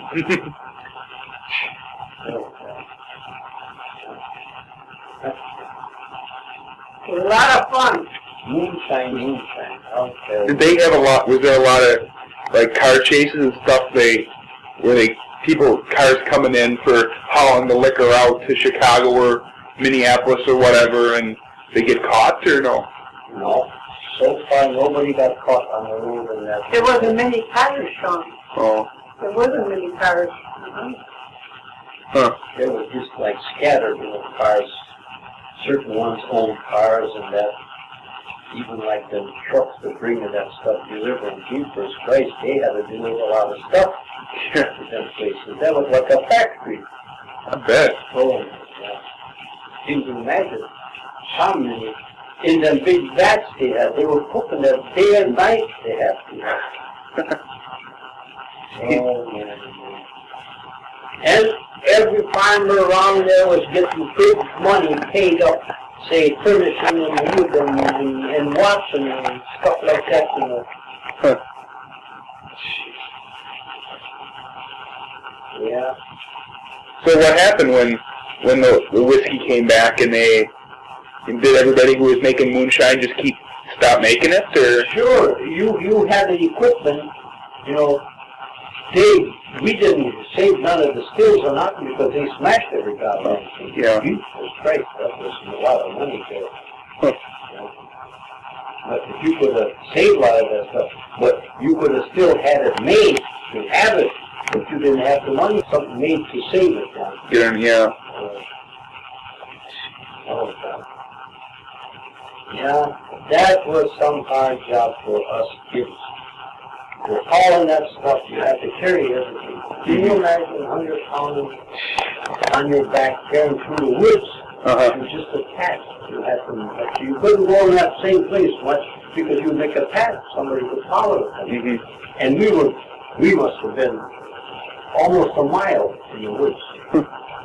And that was heavy woods them days. Yeah. Then you'd go with the horses as far as you could because we had a road going through the woods, through the other, my uncle lived across from us, about a mile across, Uh-huh. So we used to have a road there, so you'd go that far and then have to unload that stuff and carry it. Yeah. Oh, yeah. Anybody knew that. We went through. So how much were they paying people to drive to Chicago or? Oh, that, whatever, they had to pay them good money because Dad was taking a chance. Yeah. People get stopped any place and hijacked and whatever. Who would hijack? Just other? Oh, there was, we're watching, because the revenue men, they had such a people hired, that's all they was doing, is checking up on everything. If they ever got a clue of something, they would watch to get caught. You had to know again how to sneak or what the hell to do, or what road to take or whatever. Even in stores, they used to have to do things. Customers would come in there and they had it in the back there. You didn't know what the hell you was going, what you go back there for. Something that was 2 shots and all.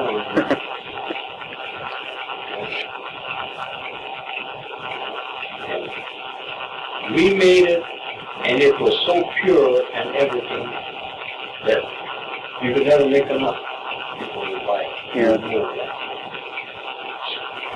There used to be a junk dealer in town here, somewhere on the south side. Yeah. There.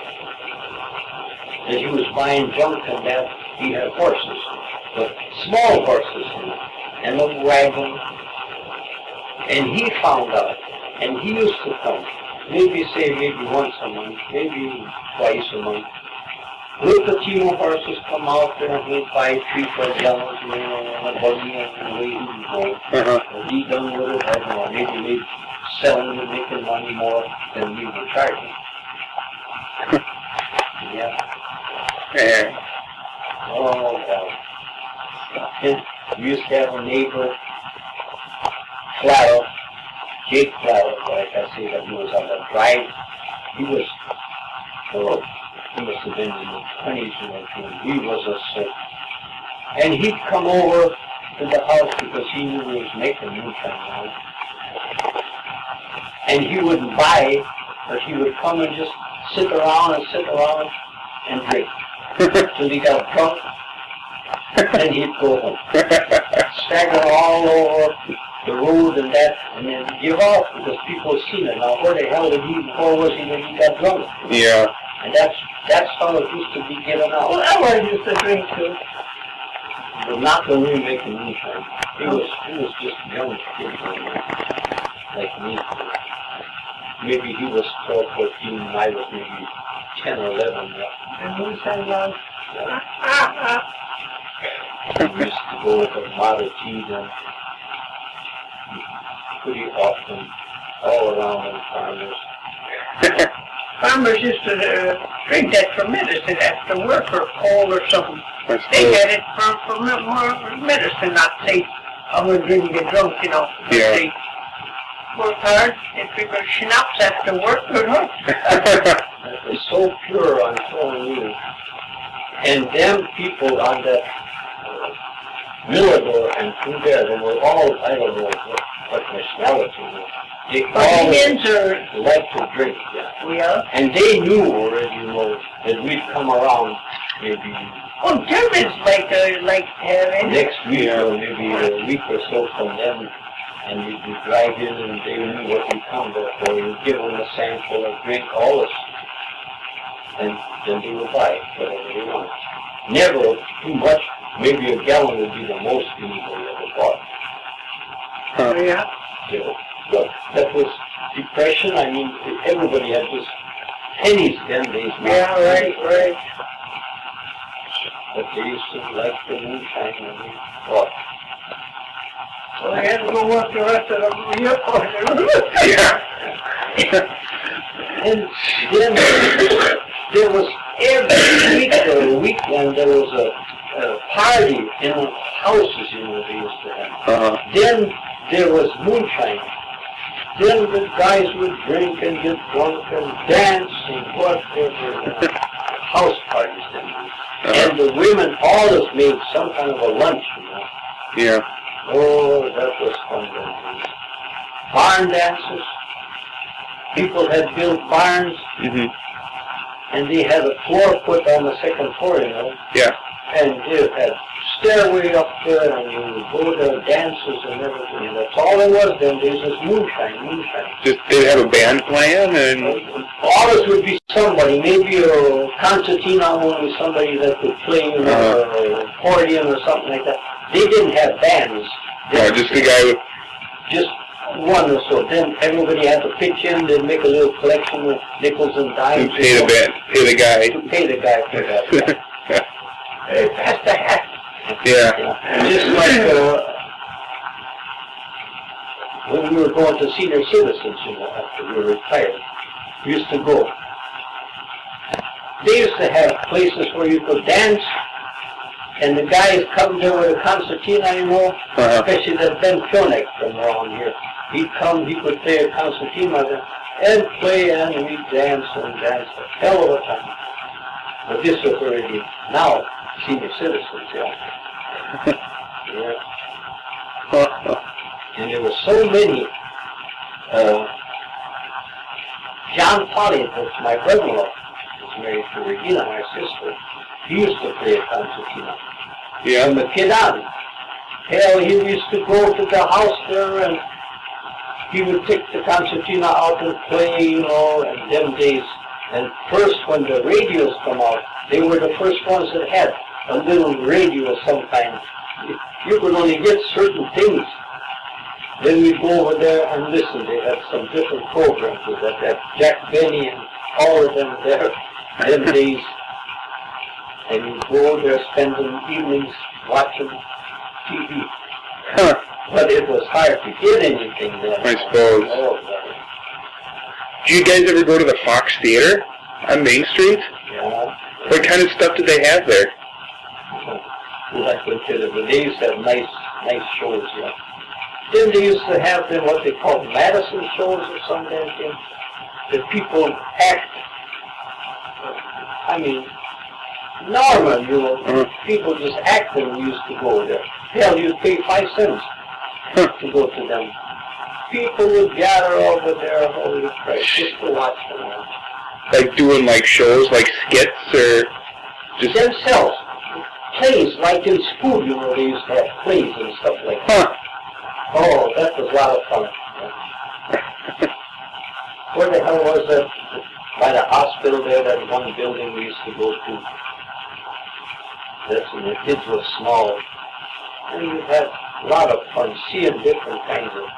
Then there was a movies too, but it was not no talking or nothing. Just showing. Then when we got the talking movies, well, that was different. That was like the Fox Theater that we used to put there. Yeah. Then there was nothing else to go. But for sure, we didn't have no radio, no damn thing. Yeah. Huh. So, when did was the Fox Theater always open, or did it open like in... No, it was open every day. When did it start? Like the 20s or the 30s, or? Oh yeah, that was all as long as I can remember. It was there? Yeah, but you never went till you was maybe older because you couldn't afford it. And that's oh, that was a nice place. Oh man, that was something. Yeah, and the seats, everything was padded, soft, nice. Oh my God. In the theater, the seats were for you to sit. And it was all built up like that, so everybody could see, no matter where you was. Yeah. If you was flat down, you couldn't see. Huh. Them days are gone, those days are gone, those days are gone. All gone. So what was it like being around here, like during World War II? Was there a lot of rationing? You couldn't get gas, or? Right. Oh God. Sugar, we had stamps for sugar. Huh. We had stamp books. If I could find, I should look. I still have one. I think they were big stamp books. You were allowed so many pounds of sugar for the family. So we'd get together. Mom would have, some. She used more sugar. Well, I got more, with the kids, I got more. So I would get and help her. And if she had something that she had more, to help us with kids. So we were sharing our stamps like that. Huh. Yeah, you had stamps.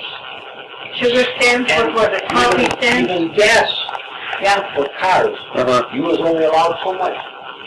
I don't know what the hell it was, 6 gallons or something for a week or something like that, yeah. Cigarettes. You could only buy... Tobacco. No, you could buy, say, maybe 1 package per week or something like that. That's all you could get. You have to have 2 if you had stamps for more, or there was no stamps for that. Then they come out with a goddamn cheap cigarette. And then you could buy a little more. So then I was smoking cigarettes at them days. So then at work, guys that didn't smoke, they were allowed to buy it. See? So they would buy it, and we could buy it from them. Yeah. But that was ration too. But then when you could buy the tobacco, then you rolled your own. That was easier then. You could smoke what you want, because you could buy that tobacco, it would last a long time. Yeah. Oh, God. I don't remember all of the ration. I know gas was, sugar was, butter was, Yeah. Whatever, a lot of food is reaching. So that's what we did, you know. We would get together and see. And yeah, You had a little extra to spare, and I would meet because there's more of us. We would share it. Then if I had again that they needed, so that's what we were doing, see? Yeah. Yeah, oh, that's good. But you had to sign up to get that book with stamps. And if you used it up before some way, you couldn't get no more. Oh, Butter too, I don't know what it was.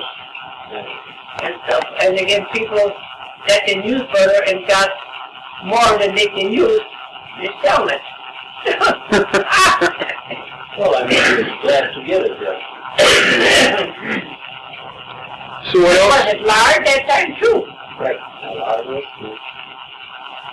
Oh, I'm telling you, that book business out there, that was a headache because you had to watch that, you know. Well, I mean, so you didn't get... They expired or you only had that much and stuff, so I said that was a hard one.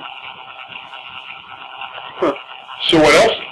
And during like the World War II was hard besides like just rations and stamps and stuff. Yeah. Was there a lot of people gone? I mean, was there a lot of people had to go to work because There was no... Jobs. There was depression. There During was, the Second War, there was jobs. They couldn't get enough people. So there were jobs in there. But stuff was rations. So you had the money, you couldn't buy it. Because only so much went. well, there was a factory in Warsaw that was making military shoes. But that was booming. You know.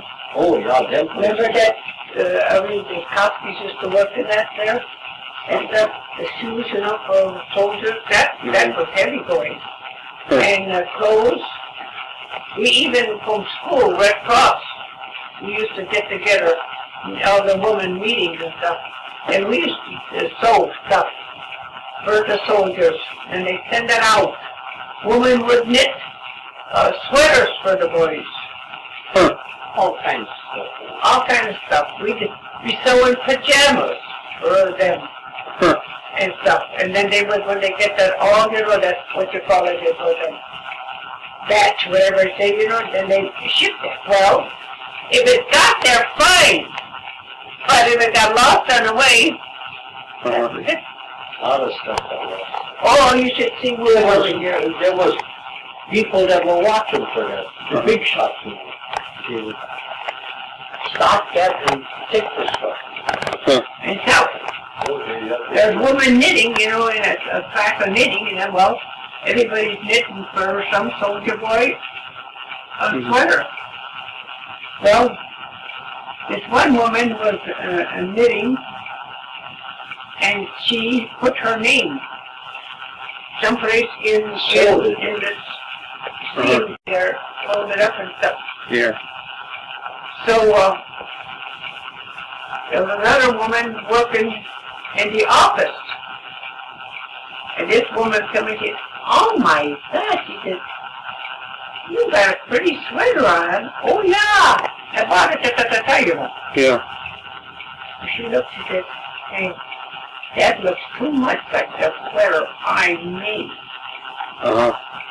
She said, gee, she said, and I see, you know, how that was, you know, made and all, but she said that. Just so much, look, her name was in there. Where she had put it in. Where did you get that sweater from? She stole that sweater. She took that sweater. That sweater didn't go to that person. So then, then they investigated. She got fired. But she is stealing the stuff that we are making. Oh, there was such a scandal that it was just... That's why, even yet... Well, you know how... They used to have places that they would gather up and do that sewing. Yeah, we would. We had every month we go either at school, you had the room, or at some house. That was our sewing class. As long as we were there for a couple hours, whatever we had to do, if it was cutting them out, or sewing them, or whatever, you did that for something next week, again, Yeah. finish up with stuff, but that other stuff used to disappear.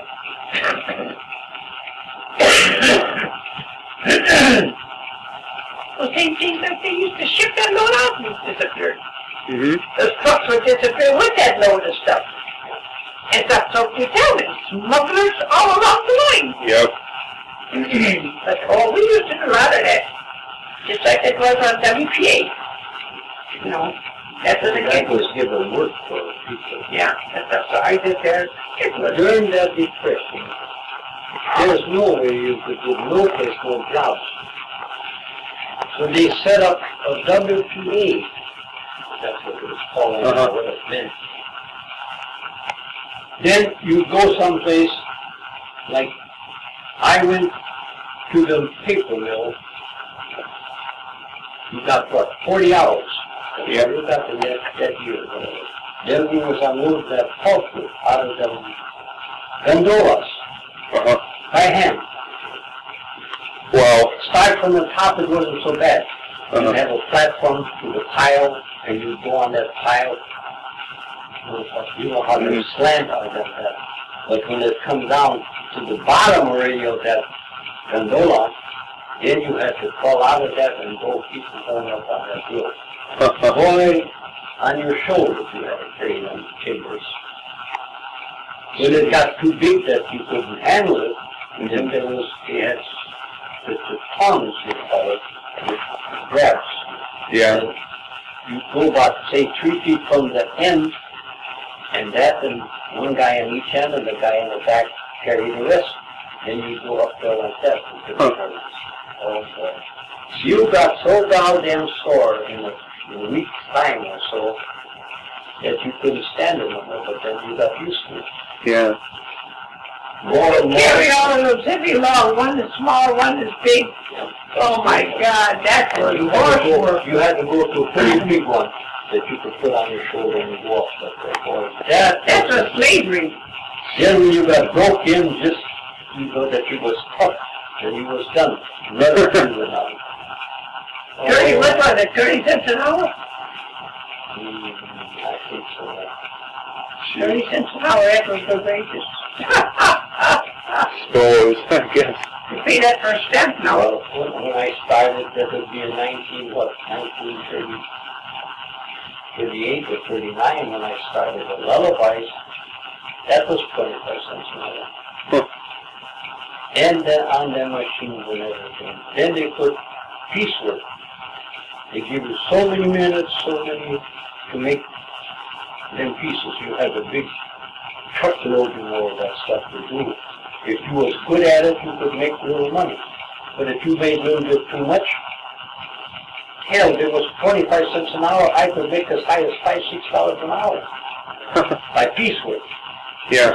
You got used to how to handle that machine and turn your stuff and all of that. Then they seen I was making good money, so they come, check you again, cut the rate. So what the hell are you going to do?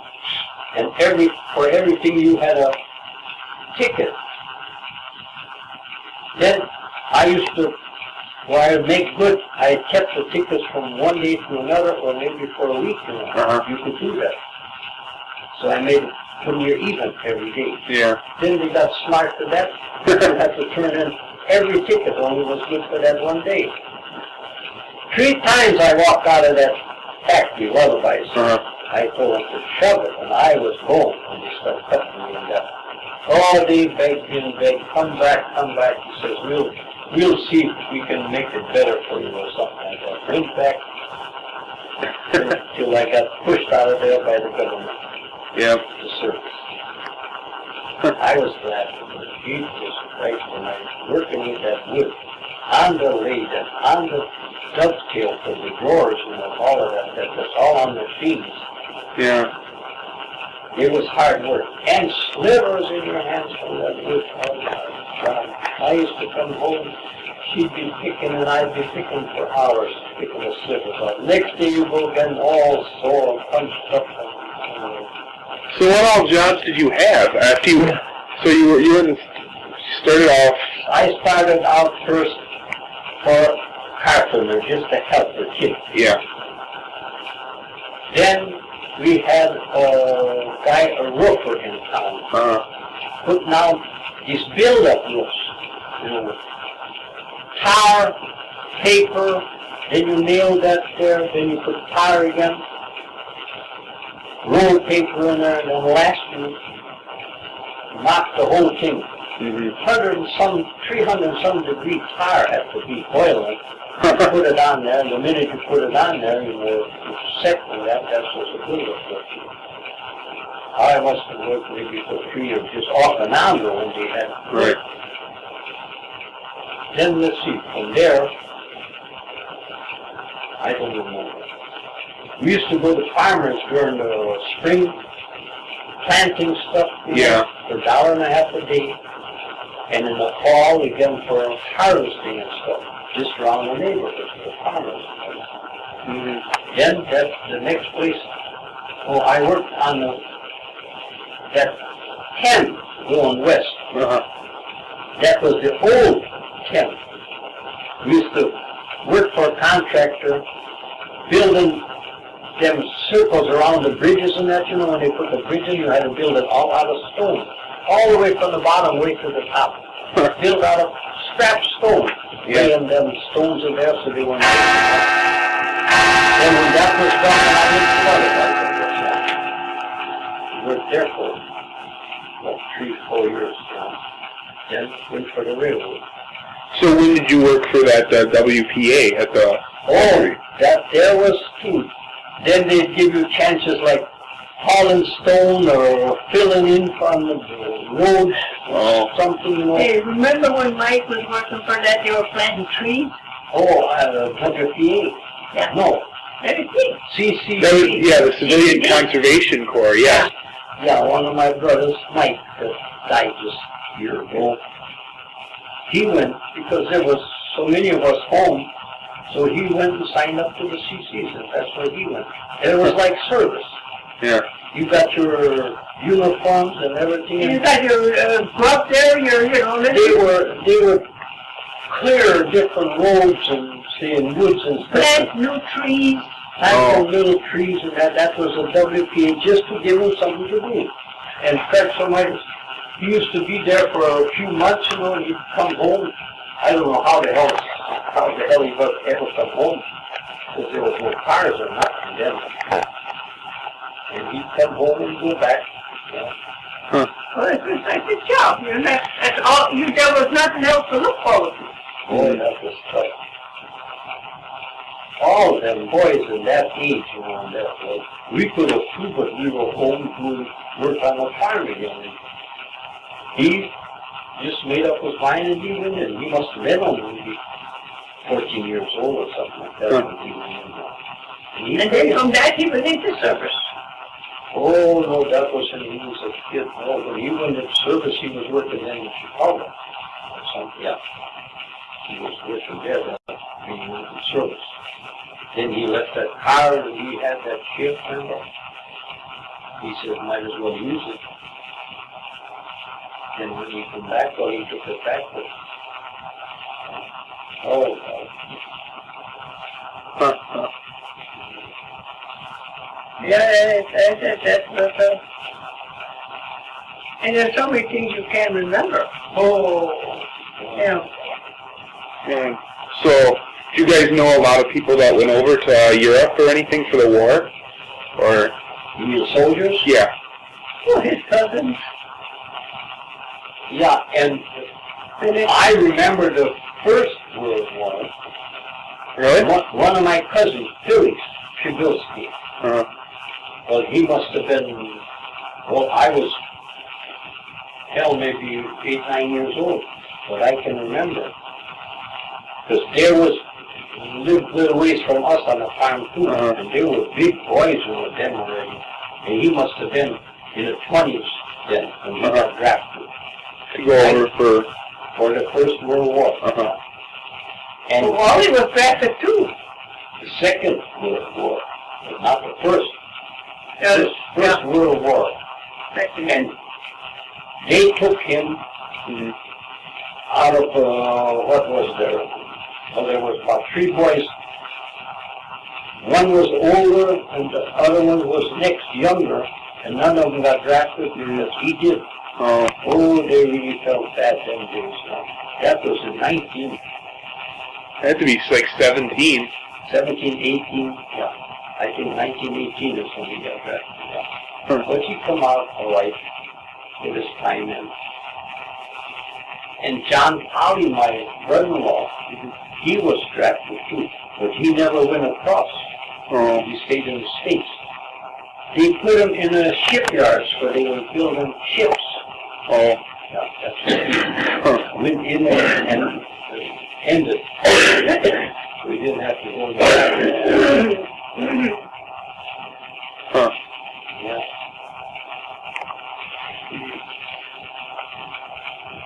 Yeah, I'll tell you, them were the days. Them were the days. There was no such a thing like a computer. Or a telephone. We didn't have lights. There was no electricity, no. When did that come in to out by you? Wally made his own Delco lights. Huh. We had lights by Delco batteries. Uh-huh. And then he had the, outside in the garage, he put a big fan. It would run by the wind and would charge that battery to give us light. Huh. He had that rigged up, but then, in the meantime, public service was allowing for lines, people to hook up electricity, and who could afford it and wanted it, see? I don't know what it cost that then. $300-400 or whatever. But Wally put it in because, my God, you had to have lights, it was getting so that nothing worked anymore. You could They never had an inside toilet. No. Never in this town. No. And God knows, I wouldn't know how long ago is it. We didn't have no convenience of nothing on the farm either. That's all you had to do was carry water from wherever you could put a well, fill the water. Then we were all gone.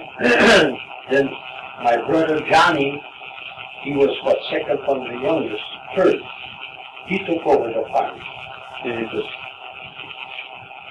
That was, I don't know how long. And a few years after he took over the farm, he had a guy wire up because the electricity poles went along the roads there already. So then he hooked They were spreading out, see, for the first. and he put in an inside toilet too before he ever sold the farm. Oh, really? Yeah. So he had running water and a toilet at least. But no furnace. There was still wooden stove. So he sold the farm? He did. He did have a furnace put in. With wood. Yeah. He used to bank it. He was so good at it, he knew how to bank this furnace for the night. Oh. Already. He would have a big fire in that, Uh-huh. put wood in that, and he had ashes, and he'd cover that with ashes so it couldn't burn too fast. So he had heat all night. That, Oh, okay. Then he must have farmed. He had everything ready. He had milking machine, he had running water for the cattle in the barn, and all of that stuff. Build a new barn. And What happened? we used to, all of us, we used to live in town and that.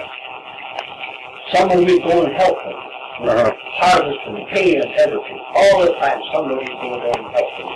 And when we got so that we had families and on our own, Uh-huh. then we couldn't go and help them anymore. Then he couldn't handle it anymore. But he had all machinery. So then we sold the farm. Who'd he sell it to, or? He sold it to some woman from Chicago. Uh-huh. She bought the farm with everything. Cattle and machinery and all of that stuff. I think it was 24,000. So now it would be about 300,000. Yeah. Sold the farm. Bought a house in town, and the folks, he had to take care of the folks too, because the people sold the farm.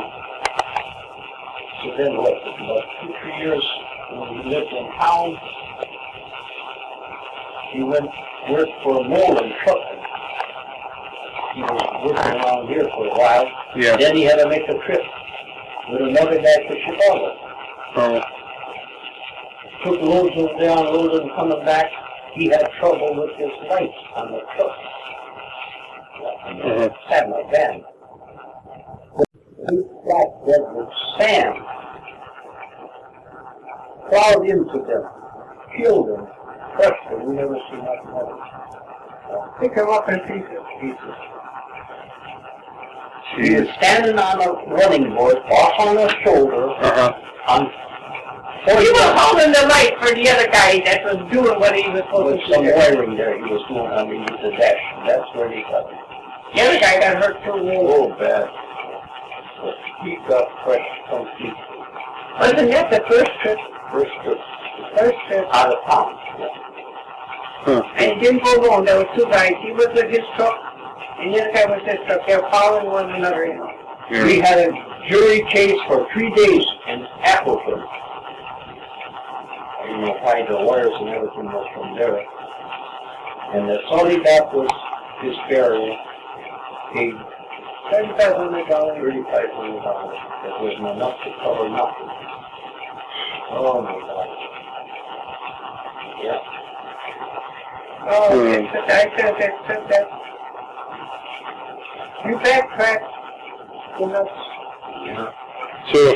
So does that lady still own the farm, or Oh, she sell it off? no. They sold a farm and there was a, She lost the damn place. lost the damn place, I guess, and there was And somebody else bought it, and that's four different hands it was after that, and finally it's gone, nobody knows who the hell owns it now. Yeah. Everything grew up, we had everything so clear, clean. He did the barn, he struck the barn burned, but then Johnny killed in the barn. That was, no, he didn't have no fire or nothing. That was after it was sold for quite a few years before everything was house and the barn. Yeah. And the house was struck. And all when you slowly depart, all that hard work and all that, oh, So whatever happened to your parents' farm? It got sold too? yeah. They sold, well, see, her day, Ma was left alone. Ma went to live with Irene, and the park stood there, you know. What you can do? So then finally, Ben Tarp bought it. And that was the end of it.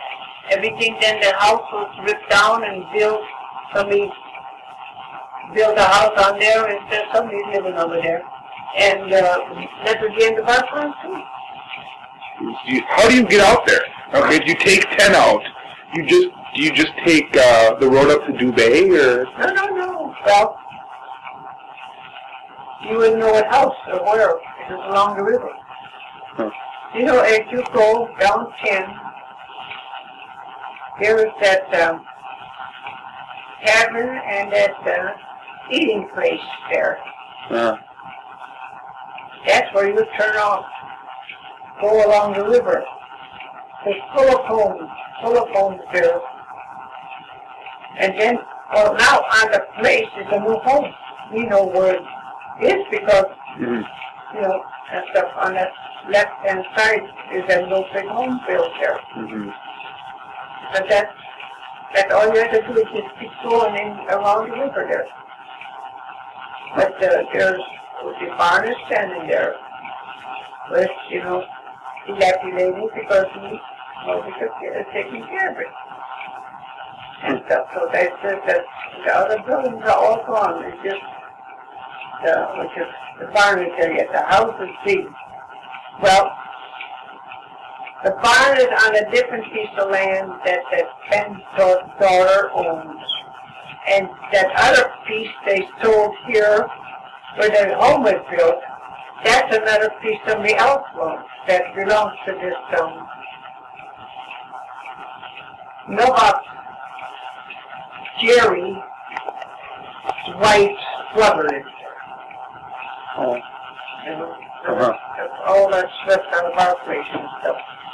And everything is grown up. You can't see nothing, you know, it's all like deserts again and stuff. That's what happened there too. Do you guys remember? I was reading something that Pope John Paul, before he was Pope, came here in like 76 or something. He visited. Oh, I meant, that so long as I remember. What's that? Oh, Pope Paul that was here. He was visiting here. Where the heck was he? He was with The Carol. on trains and that. But anybody that was going out on the road of the trains had to have a railroad watch, and it had to be checked every, I don't know, maybe 6 months or a year. To make sure it was on Checked on the that time. it was on and kept time and all of that stuff. Yeah. Because they travel on the road by time. Right. Yeah. Them guys, yes. But we didn't. You had your own watch. Just so it was a watch that would keep good track on everything. Yeah. Because you had to put down everything when the train come in and when it was inspected and when you tested the air on it and when it was made up, the switches were made up, the train, all of that stuff. That's all we had to that. If you made a mistake, you moved it here or there, it didn't make no difference. Oh. At the Martin Island. There's a paper here. This is by their farm used to be. There used to be an island across the river. You know where their farm was? Yeah, I know where that Martin Island Yeah. is out on 10. This was, yeah, we were over there, look, our house is here, and across the river was all of this, go there for the lake where you can see and read it. Yeah. That paper I know was, That Martin's Island, now I'll tell you, that must have been about 10, 15 acres. It was an island. Now it's gone completely. Before there was dams. Yeah. When I was hauling wood on the river, we used to go through, me and my brother-in-law John Polly, when we drove together, we used to go in there. There was abandoned already, them homes in there. Yeah. There must have been at least 20 homes on that island, big shots. There was, the river is gone here, and this was the smooth, like a river going right by their house. And the people had to go across with boats. They would take cattle across there, take them behind the boat, they had to swim across, horses, whatever they had, what they were raising there, they had to swim across in there. They had parties there maybe twice a week, weekends especially. All the big shots and lawyers lived there. Then they would haul everything on the boat across, and then some people didn't have a boat or nothing, they would swim across there, take their clothes, maybe with someone with a boat, take them across, and then they would swim across. Oh my God, what that was going on there. Yeah. Big parties, kegs of beer, everything, every week. That's what's called Martin Island. Then they had a big, great big, made like a fireplace. They call it a chimney. I think it's still there some little bit, you can see it, that damn thing. And that all washed out and broke out because the water went up, the island is flooded and floated away, might as well say. Oh my God. Yeah. That was something, I'll tell you. That's where the highway used to go, along the river. Then they built it and it went a little bit further, different direction. Then they built a new one.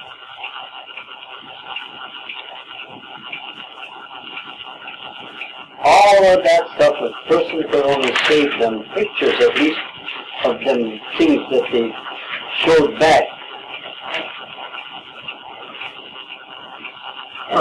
And on the square, well, I was telling you before, right in the middle of that square was a fountain, we'll say as big as this room, a tank where they had running water all the time in there. When it gets so high, then it'll drain out somewhere. Right. It drains out of it. That's where we used to water the horses. You could get, 4 teams of horses around there, all at once, but from every round. When did they get rid of that? Oh, The water washed them away. The high water. that's there, he's talking about that on the square. Yeah. So that changed from there. What away from the square? That the water fountain for the horses, where you used to water the Oh, horses. that's years Years ago. I don't think, well, see, there was no more horses coming there, so they just got rid of it. But they just want no memories of no old nothing. Tied up with their sleighs or wagons. Yes, but you don't see that stuff. Maybe she's got someplace to put it, but where? Yeah, that's the kind of stuff That would looking be for, yeah. something to see. You know? Oh, yeah. Huh. You don't have any... When you pick with that paper, they... From 82. So it's about 15, yeah, it's only about 15 years old. See, that's already then, and how long before that was abandoned and homes were torn down and washed out and burned down. You know. When did they put that dam there? That by Consolidated? That was before my times yet, yeah. Oh. And that Dubé Dam, now that's all controls that damn water. That I can remember when that was built, but I mean, the date or months I wouldn't remember. Mm-hmm. Yeah. Wow. Now they can control that goddamn water. Mm-hmm. You know, that big reservoir there, you don't know where that is. See, that's full. That used to be farmers there. We used to trash silo fillers for farmers because we had a trash machine and a silo filler.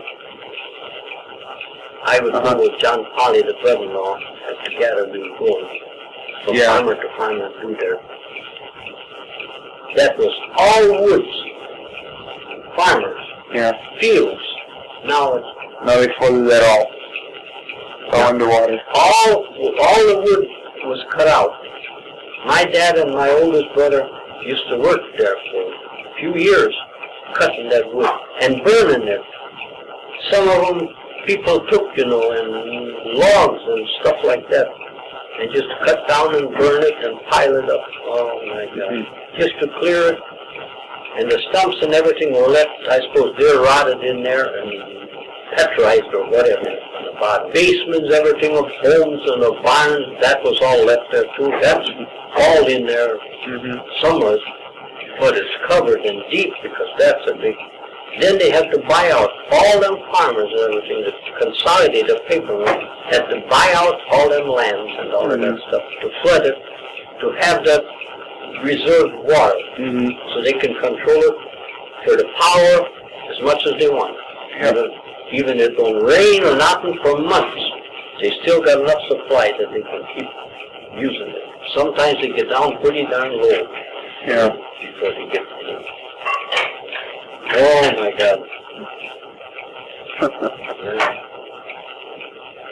We even bought, when I was home yet, we must have bought, maybe 10 acres of that. And we cut out, that was on the second lake though. We cut that out all in one winter and hauled it out on the ice and that out. All the wood and just the stump. But now that's all one lake. Yeah. Unbelievable. How they disappeared, the land, the farmers, everything. And flooded a lot of land that can't be used. But the Consolidated Papers had to buy that out and pay the people for it. And like even for Florence, for their folks living there, they got bought out too. They could live there and farm there as long as they lived, but they could not sue for damages. If it flooded their crops in the summertime, which it did a lot of times, they can't sue or nothing because they bought the rights. They can do what they want with them. Oh, that's really something. And that's the kind of thing, I mean, a lot of people that live here now either just moved here or they don't know anything about how it used to be around here. No, a lot of us. But if you tell somebody, they says, couldn't be like that. Yeah. And you could tell them that you lived in the middle of that lake. That was your farm. They would never believe it because it's impossible to believe if you didn't see it. Yep. Do you remember Dad says he thinks he remembers, I was reading about a barber shop that used to be downstairs from the sports shop on Main Street, where you walk down, have to go down the stairs to get to it. Did you ever go in there? Oh, yes. A lot of time. Yeah. They had that things in there, with that whirling so you could know where the barber shop was, yeah. Oh, yeah, we used to go down there for haircuts. And I mean, I don't remember no more the guys' barbers. There was 2 barbers down there. Then they had it upstairs, where Shippy's is on the north side of Main Street. That was upstairs there. There was 3 barbers over there. That's where we used to go when we were kids. Haircuts. Oh, man. What else was on Main Street? Was there like a big jewelry store and? Right. That barber shop was there. Then the next door where the tavern is, all of that. Cruisers or whatever it is there. That was Montgomery store, clothing store, all big stuff in that. Then there was a small place in between. There was, what was that? Oh, like a little restaurant, sandwiches and stuff they had. Then on the corner was a jewelry store. Now I don't know what the hell it was. Then in Derryville, I don't know. There was a jewelry store. Then across, there was a street there. Then across, there was a army store, surplus store. All stuff that had from army surplus, left over there, selling it now. Then later there was a clothing store. That's where I bought a couple suits of clothes in that store there. And that street that went the other way, there was a tavern. I forget now what the hell they called it. But you could eat there and drinks and everything else. And further down, let me see what the heck was there. Oh, like a electric shop selling like lamps and all of that stuff there. And then next to that, it's still there, the Journal. Oh, yeah. Point Journal, big brick building. Yeah. That was Point Journal there. Then they built over here on Pat Street. That's what that is now. But still they do their work there. But it's far off now. There's no more Stevens Point Journal. Some outfit bought it from Chicago, the Stevens Point Journal business they bought out. So our paper is only half of what it used to be. I don't know if people don't put newses in or whatever. It's a lot different. Did you see the date on there? Yeah, it's on the inside. It says 1982. That ain't too long. No, that's the picture. Somebody had a picture, and that's what they put in. No, somebody put it in right now about 82. Right. Yeah. But that was, see at one time, that river that's in front of our place there now, where the little ditch trickled, they could jump over it. And slowly, by the water and the ice coming, just made it bigger, cut itself open path. Now it's a big river. Because that their daughter, used to come to, by us. She'd buy eggs, vegetables, put it in the mouth, and back. So she'll tell us, at one time, she said, I jumped over this little trickling ditch. Now there's a river. Think how that, well, every time that ice and the wind and all they came, it took more. So they made itself a great bit. Yeah, but Yes. After they built all them dams and them, they could control the water, and then they brought the water way up. Yeah, yeah. That's why they had to buy out all them farmers and everything, because the water went up. And they destroyed it. They used to have the so dry that Martin Island, they had gardens. You can just see how they had regular yards, you know. Look it, they were just there like we here. Yep. And they, but then, Now there's nothing there. not a thing, not even that, finally it disappeared, that, chimney. Yeah. So, that's the way everything, you know, was just washed away in due time. So I says there's so much that left behind, you know, that it just, Yeah, like I was saying with the Bruisers is that tavern, that used to be Montgomery Ward. Then they, I don't know, they had enough business or something, then they moved on Division Street, somewhere for Country Market is the store. They used to be there, but it was more catalog ordering and stuff like that, till that disappeared. So there's no more Montgomery in town here at all. Oh boy, them were the days. That Main Street, I'm telling you, that was every door there was some kind of a business before. Oh my God. That was J.C. Penney's. On the south side on the corner, that was Witt's drugstore. On the other corner was a drugstore. Then it changed to a grocery store. And Witt's now, that place where they're gone, the Witt's family, that's some kind of an ice cream outfit. Yeah. Then next door from Witt's, there was Pasternatsky's old-fashioned clothing store for men. For men.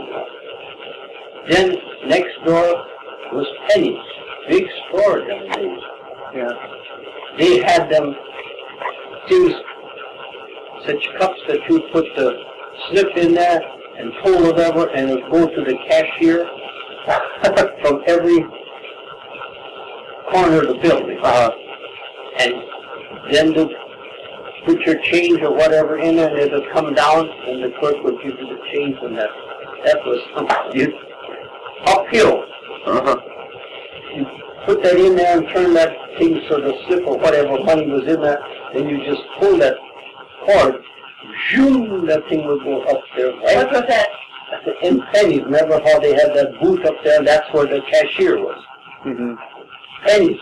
Remember how they used to, when you bought or whatever, the change and everything, they put in that cup. Oh, yeah. Then pull And that. that went up a line, Yeah. and there she was. Just on a white. Then back there, the change in the receipt. Oh my God.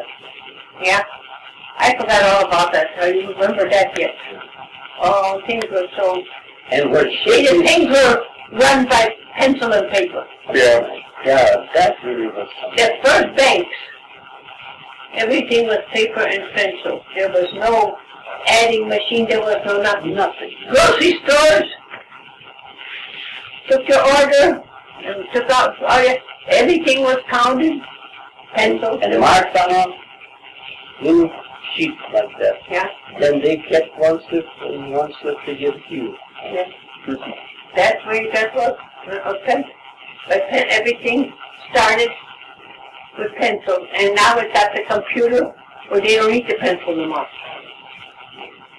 No, that's going to ruin the world, that computer. But they're going beyond already, you know it? Yeah. They're going, They know what else, everything is going on with people. yeah, it's too already too deep. Too modern, yeah. Yeah.